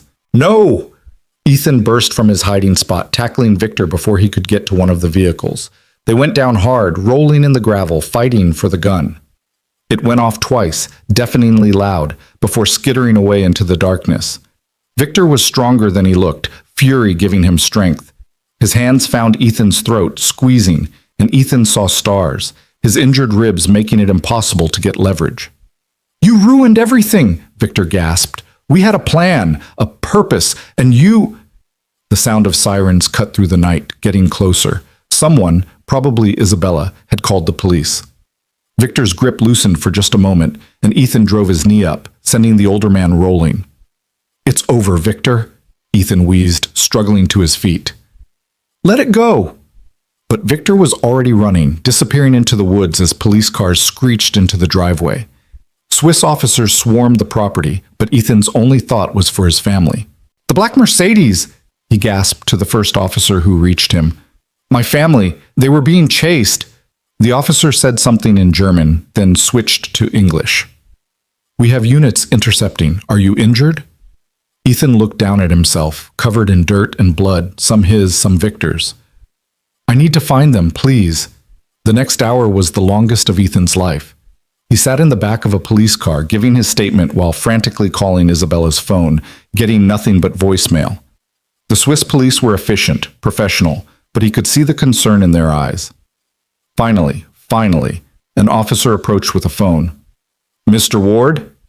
We have them. Isabella's voice shaky but alive. Ethan? Oh God, Ethan, are you okay? Are you safe? The boys? We're fine. Marcus was so brave holding baby Ethan while I drove. The police stopped the cars chasing us. They arrested 2 men, but Ethan... Her voice broke. They said Victor got away. I'm coming to you. Where are you? The police station in town. Ethan, I'm so sorry. This is all my fault. If I hadn't... Stop, he said firmly. None of this is your fault. I'll be there in 20 minutes. The reunion at the police station was a tangle of tears and desperate embraces. Marcus clung to Ethan like a lifeline while Isabella held baby Ethan with one arm and gripped Ethan's hand with the other. I thought they were going to hurt you, Marcus sobbed. I wanted to help, but Isabella said my job was to protect baby Ethan. And you did perfect, buddy. You were so brave. I wasn't brave, Marcus insisted. I was scared the whole time. Being brave doesn't mean not being scared, Ethan told him. It means doing what needs to be done even when you're terrified. The Swiss police inspector, a stern woman named Muller, reviewed their statements with typical thoroughness. Mr. Reeves has likely crossed the border by now. We've notified Interpol, but these mountains, many places to hide. So he's still out there, Isabella said flatly. Yes, which is why I recommend you accept the protection program we're offering. Safe house, new identities, complete relocation. New identities? Marcus asked, confused. But I like being Marcus Ward.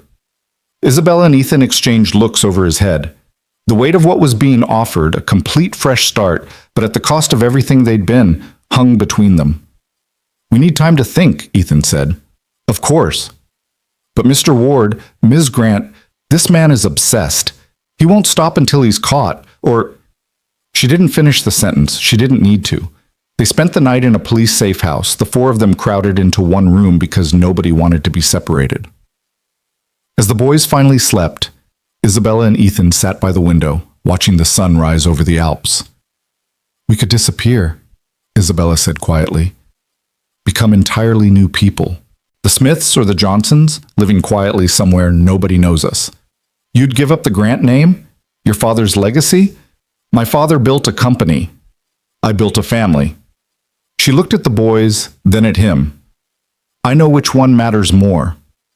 Ethan's phone buzzed. Another unknown number, but this time he recognized the international code. He answered cautiously. "Mr. Ward, this is Richard Blackwood again." Isabella stiffened, but Ethan kept his voice neutral. "Senator, I heard about the attack. I'm in Geneva for a diplomatic summit. I can be in Zermatt in 2 hours." "Why would you—" "Because despite what Isabella thinks of me, I'm not a complete monster, and because I have resources that might help. Private security, connections, ways to make problems disappear." "We don't need your help," Isabella said coldly, loud enough for him to hear. "Isabella." Richard's voice softened. "I know I failed you. Failed the child. But let me do this one thing right. Let me help keep you safe." "Now you want to play father?" Isabella's voice was sharp with years of hurt. "Where were you when I was throwing up every morning? When I went to ultrasounds alone? When I gave birth with a stranger holding my hand because the father of my child was too worried about his career to care?" "You're right," Richard said simply, "about all of it. I was a coward. I am a coward. But I'm also a United States Senator with a security detail and diplomatic immunity. I can get you somewhere safe, somewhere even Victor Reeves can't reach." Ethan saw the war playing out on Isabella's face. Pride versus practicality, old hurt versus present need. "What did you have in mind?" Ethan asked. 3 hours later, Richard Blackwood arrived in a convoy of black SUVs with diplomatic plates. He looked older than his campaign photos, gray creeping into his perfect hair, lines around his eyes that makeup couldn't hide. His gaze went immediately to baby Ethan in Isabella's arms, and something cracked in his perfect political facade. "He has my mother's eyes," he said softly. "He has nothing of yours," Isabella said firmly, pulling the baby closer. Richard nodded, accepting the rejection. "The embassy in Bern has a secure residence, full diplomatic protection, international territory. You'd be untouchable there while the authorities hunt for Reeves." "And what do you want in return?" Ethan asked. Richard looked at him, really looked at him, taking in the protective way Ethan stood between him and Isabella, the way Marcus hid behind his father's legs. "I want to know they're safe," Richard said. "All of them, including you, Mr. Ward. The man raising my biological son to be a better person than I could ever make him." "Ethan's not raising your son," Isabella said. "He's raising his son." "Biology doesn't make you a father. Showing up does. Being there does. Taking bullets and fighting off attackers and singing lullabies at 3 a.m. makes you a father." Richard flinched at each point, but didn't argue. "You're right, which is why I'm offering this with no strings attached. No claims, no rights, no expectations. Just let me help. Let me do one decent thing in this whole mess." Marcus tugged on Ethan's shirt. "Dad, who is this man?" Before anyone could answer, baby Ethan started crying.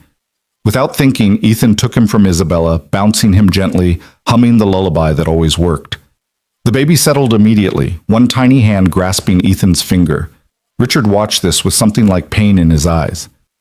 "One decent thing," he repeated quietly. The convoy ride to Bern was surreal. Marcus was fascinated by the diplomatic flags, the bulletproof glass, the serious security agents with earpieces.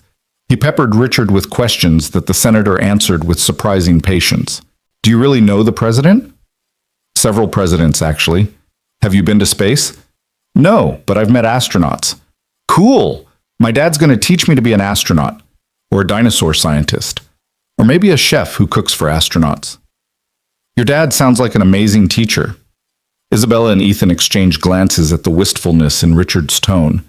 The embassy residence was like something from a movie. High walls, security checkpoints, beautiful grounds that were also a fortress. As they settled in, Richard pulled Ethan aside. I've had my team looking into Victor Reeves. He's more dangerous than you know. Military background, special forces training before he fell on hard times.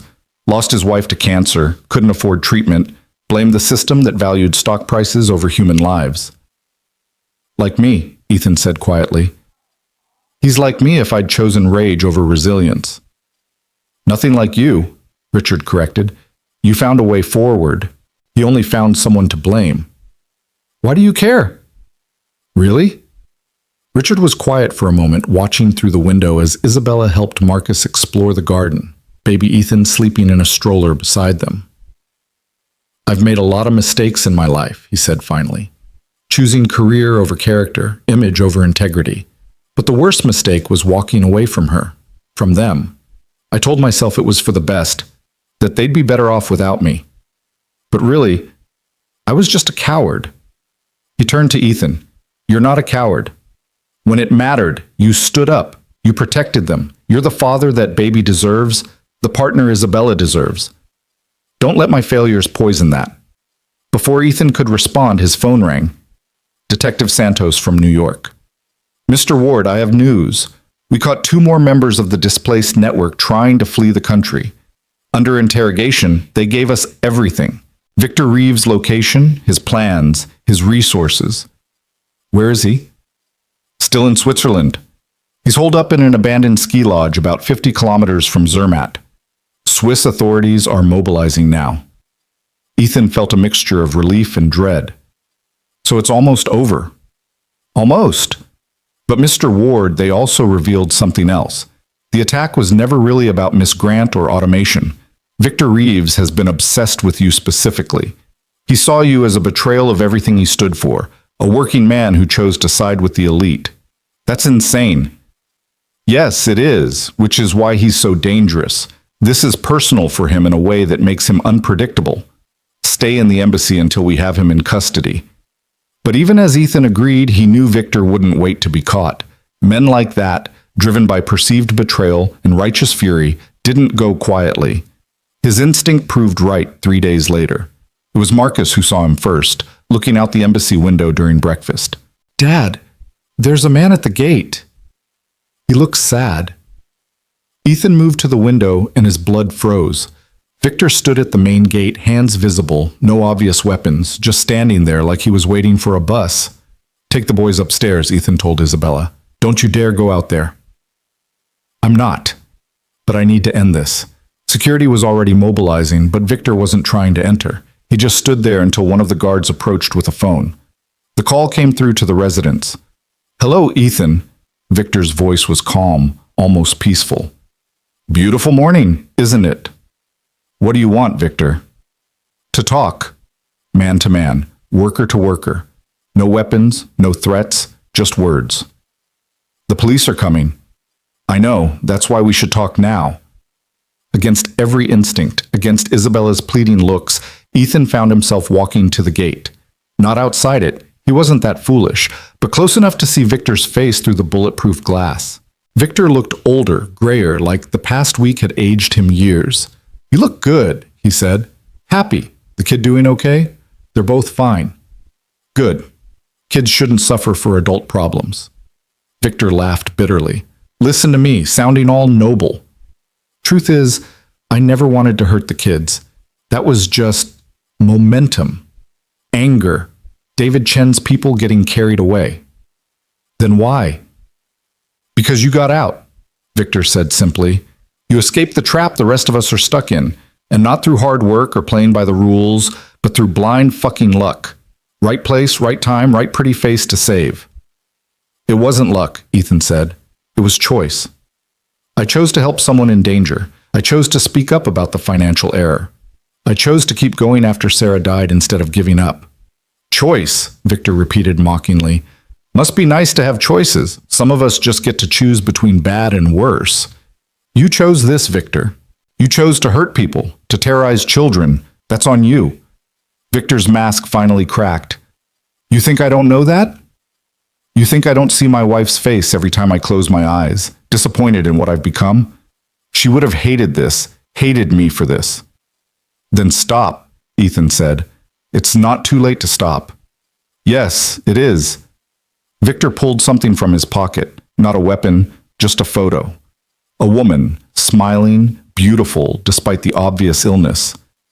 Emma would have liked you, would have said you were one of the good ones. Make sure your boy knows how lucky he is. Make sure he knows. Police sirens were getting closer. Victor carefully placed the photo on the ground, then put his hands on his head. Tell Isabella Grant something for me, he said as officers surrounded him. Tell her the system's broken, but maybe, just maybe, people like her and people like you working together can fix it. Tell her I said that. They took him away quietly, no struggle, no final declarations.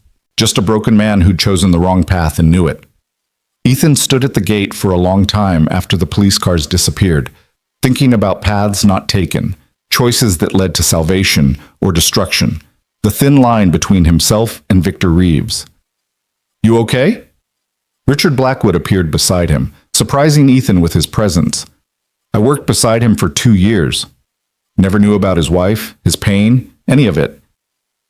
Would it have changed anything? Maybe. If I'd reached out, been a friend instead of just a coworker. You can't save everyone, Ethan. Sometimes people don't want to be saved. They want to be angry. Speaking from experience, Richard smiled sadly. More than you know. He paused, then added, I'm leaving for Washington tonight. But before I go, there's something I need to say. They walked through the embassy garden, stopping by a bench overlooking a fountain. I'm withdrawing from the presidential race, Richard said quietly. My team doesn't know yet, but I've decided. Why? Because I looked at that baby, at Isabella, at you and Marcus, and realized I've been chasing the wrong things my entire life. President Blackwood would be remembered for 4 or 8 years, but being a father, that's forever. And I threw it away. It's not too late. Yes, it is. That baby has a father, you, and he's lucky to have you. Richard stood, straightening his perfect suit. I'm setting up a trust fund for him. For both boys, actually. Isabella can't refuse. It'll be in their names, accessible when they turn 18. Enough for college, graduate school, whatever they want. Richard, let me do this. Let me contribute something positive to their lives, even if I can't be part of them. Ethan stood too, and on impulse, offered his hand. Richard shook it, his grip firm. Take care of them, Richard said. I will. I know. Richard walked away, and Ethan never saw him in person again. 6 months later, the news would report Senator Blackwood's shocking retirement from politics to focus on humanitarian work. But Ethan would know the real reason. Sometimes the bravest thing a man could do was admit he wasn't the hero of the story. That evening, with Victor in custody and the immediate threat over, the embassy residents felt different, lighter. Marcus was teaching baby Ethan to play peekaboo, both boys giggling.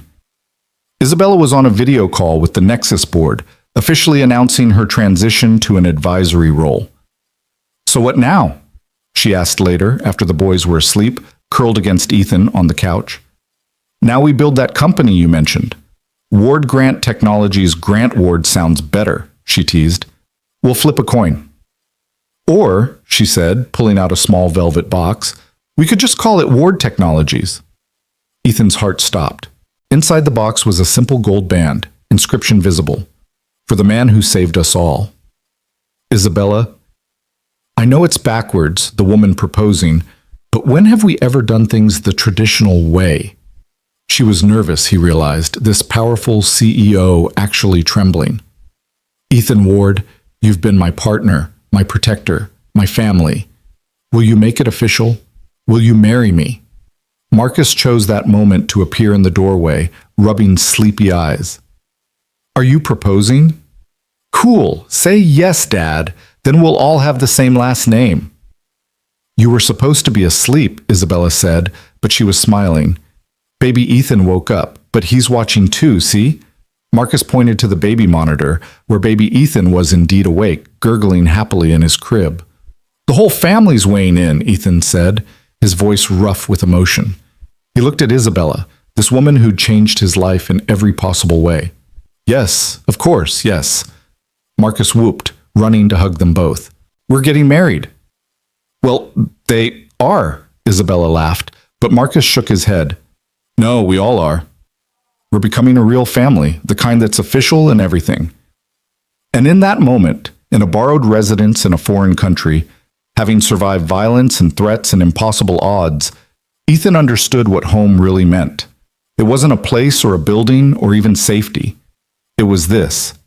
These people, this love, this choice to build something together from the broken pieces of their separate pasts. We're already a real family, he told Marcus, pulling them all closer. The official part is just paperwork. Important paperwork, Isabella added, kissing him, while Marcus made exaggerated gagging noises. Outside, the Swiss night was peaceful, stars visible despite the city lights. Somewhere, Victor Reeves was in a cell contemplating his choices. Somewhere, Richard Blackwood was flying back to a life he no longer wanted. But here, in this moment, the Ward Grant family, or Grant Ward, they'd figure it out, was complete, safe, and ready for whatever came next. The wedding planning began immediately, though planning was perhaps too generous a term for Isabella's approach. She attacked it like a hostile takeover, with spreadsheets and color-coded timelines that made Marcus giggle every time he saw them spread across the dining table. We could just go to City Hall, Ethan suggested one evening, watching her reconcile vendor quotes with the intensity she'd once reserved for billion-dollar mergers. Absolutely not, Isabella said without looking up. Marcus wants to be ring bearer and best man. Baby Ethan needs to be in a tiny tuxedo. We're doing this properly. Properly meaning a 1,000-person event at the plaza? She finally looked at him, and he saw the vulnerability beneath the CEO exterior. Properly meaning our families, the one we've made, celebrating us. Maybe 50 people. Maybe here in Switzerland, where we became us. The way she said it, soft and uncertain, made him round the table to kiss her. That sounds perfect. But even as they planned their future, the past wasn't quite done with them. The call came on a Tuesday morning while Ethan was teaching Marcus long division and Isabella was in a video conference with potential investors for their new company. Mr. Ward? This is Director Harrison from the FBI. We need to discuss Victor Reeves. Ethan's stomach dropped. Did he escape? No, sir. He's dead. Suicide in his cell last night, but he left something for you. A letter and a laptop with files we think you need to see. The room seemed to tilt. Victor, broken and defeated Victor, had taken the final escape route. Despite everything, Ethan felt a wave of complicated grief. There, but for the grace of God and different choices went he. What kind of files? Evidence, Mr. Ward. Victor was many things, but he was also meticulous. He documented everything, every member of the displaced, their plans, their contacts. But more importantly, he had files on Nexus, on several tech companies actually. Illegal surveillance, insider trading, things that go way beyond his group's activities. Isabella had finished her call and moved closer, concern etched on her face. Ethan put the phone on speaker. He was trying to expose corporate corruption. In his twisted way, yes. He wrote that if he couldn't tear down the system from outside, maybe the truth could destroy it from within. Mr. Ward, Ms. Grant, some of these files implicate board members at Nexus, people you know. Isabella went pale. Who? I can't discuss details over the phone. But we need you back in New York, both of you. You're not suspects, but we need your help understanding these documents. After the call, they sat in stunned silence while Marcus, sensing the mood, quietly took baby Ethan to the playroom. He documented everything, Isabella said finally. If there's really corruption in my company, my father's company, we'll handle it, Ethan said firmly. Together. This could destroy Nexus. Everything my father built, everything I've worked for. Or it could save it, cut out the cancer before it spreads further. She looked at him with those green eyes that had first captured him in a conference room that felt like a lifetime ago. When did you become the optimist in this relationship? When you showed me I had something worth being optimistic about. The flight back to New York felt like traveling backward through time. Marcus pressed against the window, pointing out landmarks he remembered, while baby Ethan slept peacefully in Isabella's arms. But Ethan could see the tension in her shoulders, the way she kept checking her phone for updates from the board. They were met at JFK by a full FBI escort, which thrilled Marcus and terrified Ethan in equal measure. The safe house they were taken to was nothing like the Swiss embassy, just a nondescript apartment in Queens that could have belonged to anyone.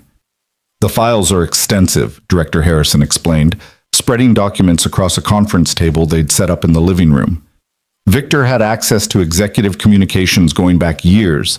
He installed keystroke loggers, hidden cameras, even tapped into private phone lines. That's illegal, Isabella said. Highly. But so is what he uncovered. Harrison pulled out a specific folder. 3 members of your board have been selling insider information to competitors. Your CFO has been siphoning funds through shell companies. And your head of security, the one you trusted with your family's safety, has been taking bribes to look the other way on industrial espionage. Isabella sank into a chair like her strings had been cut. David Pearson? He's been with the company for 15 years. He was at my father's funeral. Sometimes the longest relationships hide the deepest betrayals, Harrison said gently. The question now is what you want to do about it. What are our options? We build a case, arrest them all simultaneously. The press will have a field day, stock prices will tank, but Nexus survives. Cleaner, maybe smaller, but honest. Or, Ethan asked, knowing there was always another option. Or Ms. Grant works with us to gather additional evidence. Wears a wire, gets confessions, helps us understand the full scope of the corruption. Absolutely not, Ethan said immediately. She's been through enough danger. I'll do it, Isabella said quietly. Isabella, my father built Nexus to change the world, to make technology that helps people. These people perverted that vision for profit. I'll do whatever it takes to clean house. Marcus wandered in then, baby Ethan in his arms, with surprising competence for a 7-year-old. Why does everyone look sad? Did something bad happen? Just grown-up work stuff, buddy, Ethan said, but Marcus was already reading the room with the perception children developed when their worlds kept shifting. Someone was mean to Isabella's company. Something like that. Marcus considered this, then walked over to Isabella and carefully placed baby Ethan in her arms. When kids are mean at school, Ms. Peterson says we have to stand up to them, even if it's scary. Your teacher sounds smart, Isabella said, kissing the top of his head.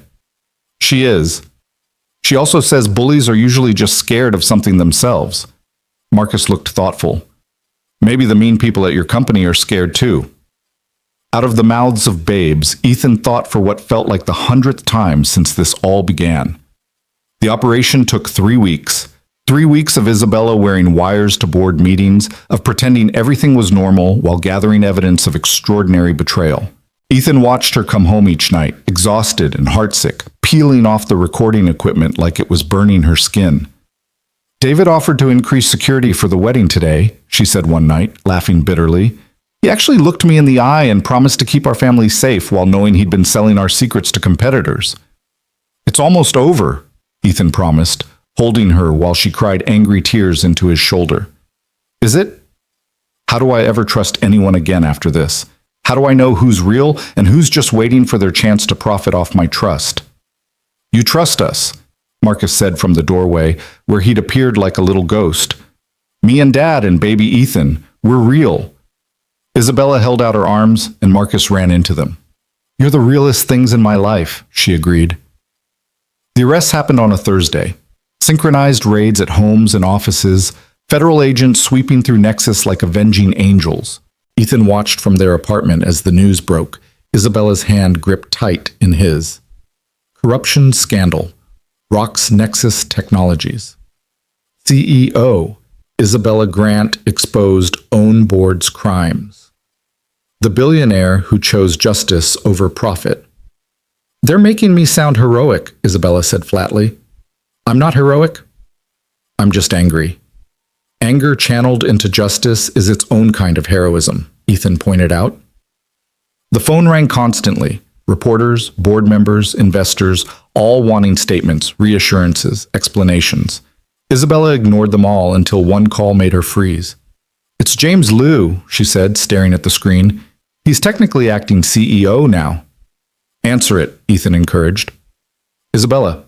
James's voice was warm when she put him on speaker. "I wanted you to know the remaining board voted unanimously. We want you back. Not in a year, not after things calm down. Now. Nexus needs you. I resigned, and we're refusing to accept it. The company needs leadership that chose integrity over easy profits. It needs you." Isabella looked at Ethan, a question in her eyes. "What about our company?" he asked. "Ward Grant Technologies?" "Why not both?" James suggested. "Nexus could be your first major investor. Partnership, not employment. You'd have a seat on the board, consulting role, but your focus would be on building something new. Best of both worlds." "I need to think about it," Isabella said. "Of course. But Isabella, your father would be proud. You saved his company's soul." After James hung up, they sat in the gathering darkness, baby Ethan babbling in his high chair while Marcus built elaborate block towers on the floor. "We could stay," Isabella said tentatively. "New York is home. The boys have roots here." "Or we could go back to Switzerland," Ethan countered. "Fresh start, clean slate." "Or," Marcus interrupted, not looking up from his blocks, "we could do both. Like that man said, best of both worlds." "What do you mean, buddy?" "Summer in Switzerland, school year in New York. Like Billy from my class, his parents are divorced, so he has 2 houses. Except ours would be because we want to, not because we have to." Isabella and Ethan exchanged amazed looks over his head. Sometimes the simplest solutions came from the smallest voices. "That's actually brilliant," Isabella said. "I know," Marcus said matter-of-factly. "I'm very smart. Dad says I get it from Mom. Both moms." The casual way he included Isabella in that statement made her eyes well up. She'd become Mom without ceremony or declaration, just through presence and persistence and love. The wedding happened 6 weeks later, on a perfect October day in Central Park. Not the grand affair Isabella had initially planned, but something better, intimate, honest, real. Marcus stood as best man and ring bearer, taking his duties so seriously that he practiced his walk for hours. Baby Ethan, in his tiny tuxedo, was carried down the aisle by Mrs. Chen, their former neighbor, who'd become like a grandmother to both boys. "You sure about this?" Ethan asked Isabella as they prepared to walk out together, breaking tradition because nothing about their relationship had ever been traditional. "I've never been sure of anything in my life," she said, then laughed. "Except maybe that first job offer. I knew you were going to change everything the moment you corrected my financial projections." "You changed everything," he corrected. "I was just trying to keep up."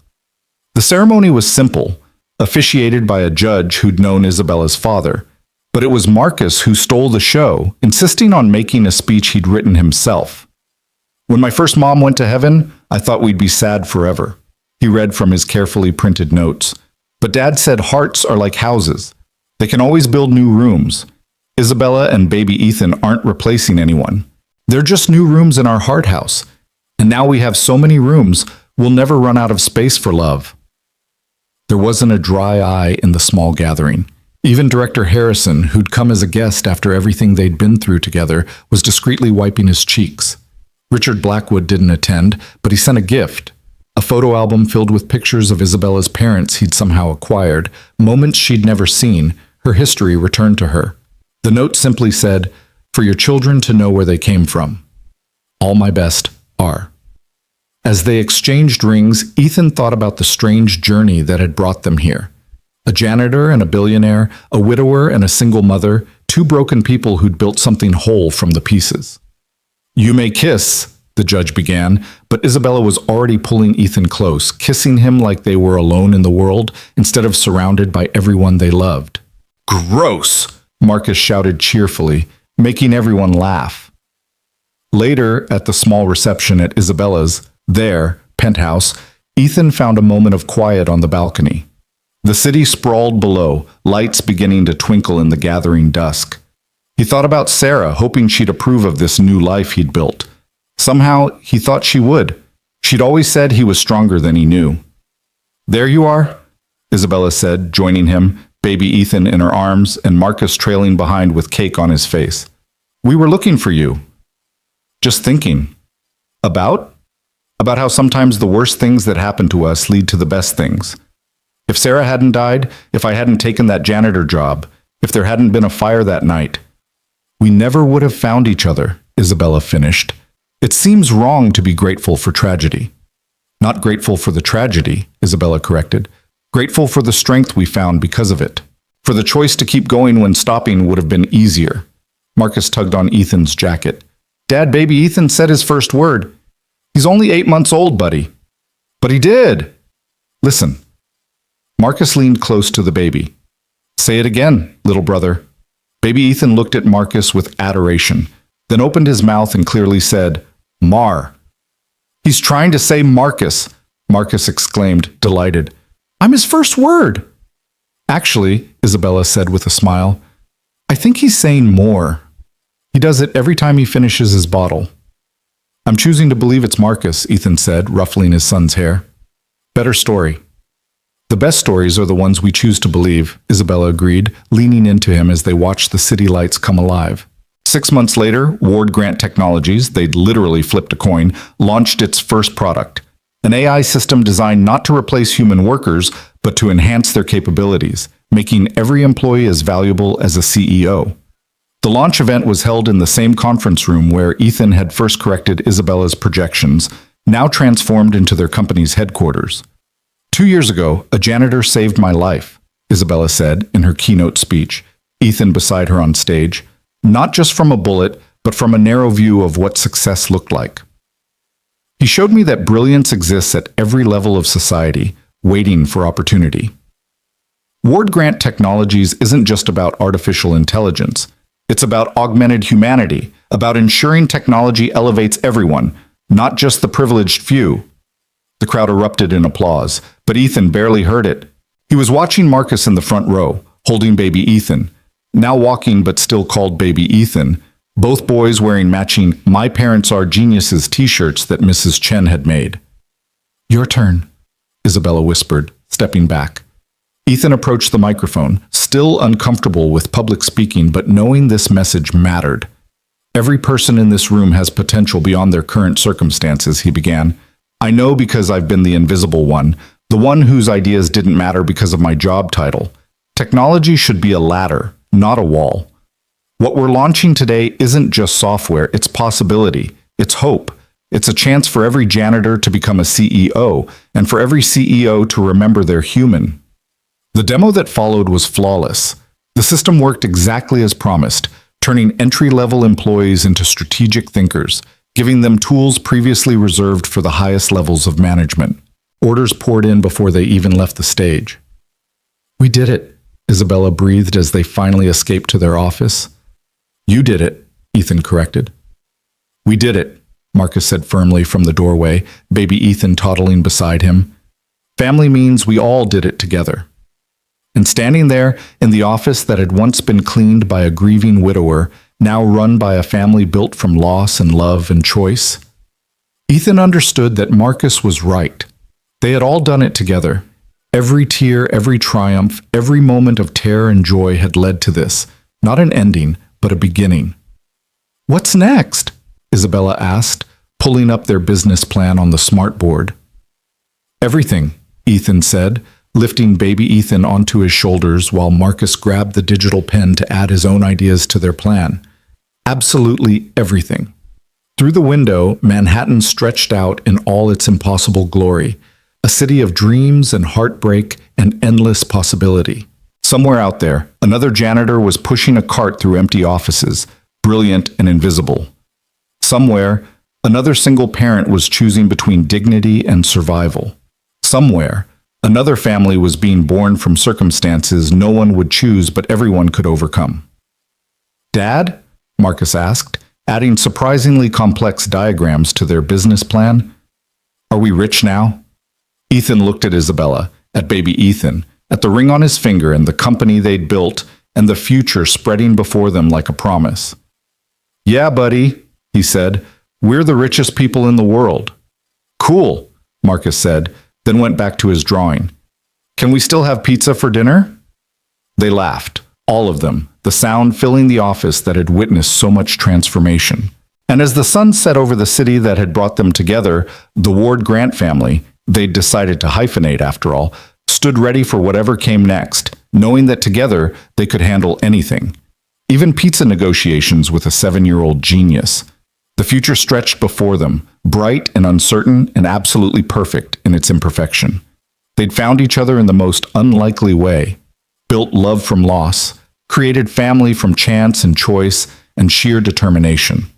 And this, Ethan thought, as Isabella kissed his cheek, and baby Ethan grabbed his nose and Marcus explained his revolutionary idea for pizza delivery drones, this was what happily ever after really looked like.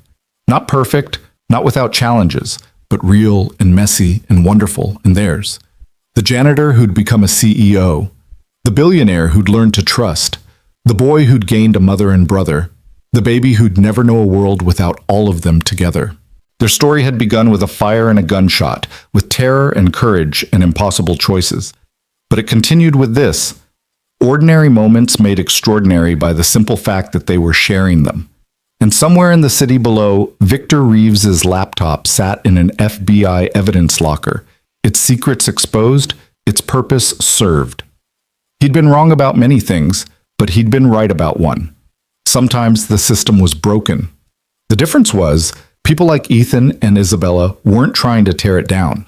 They were building something better. One algorithm, one family, one choice at a time.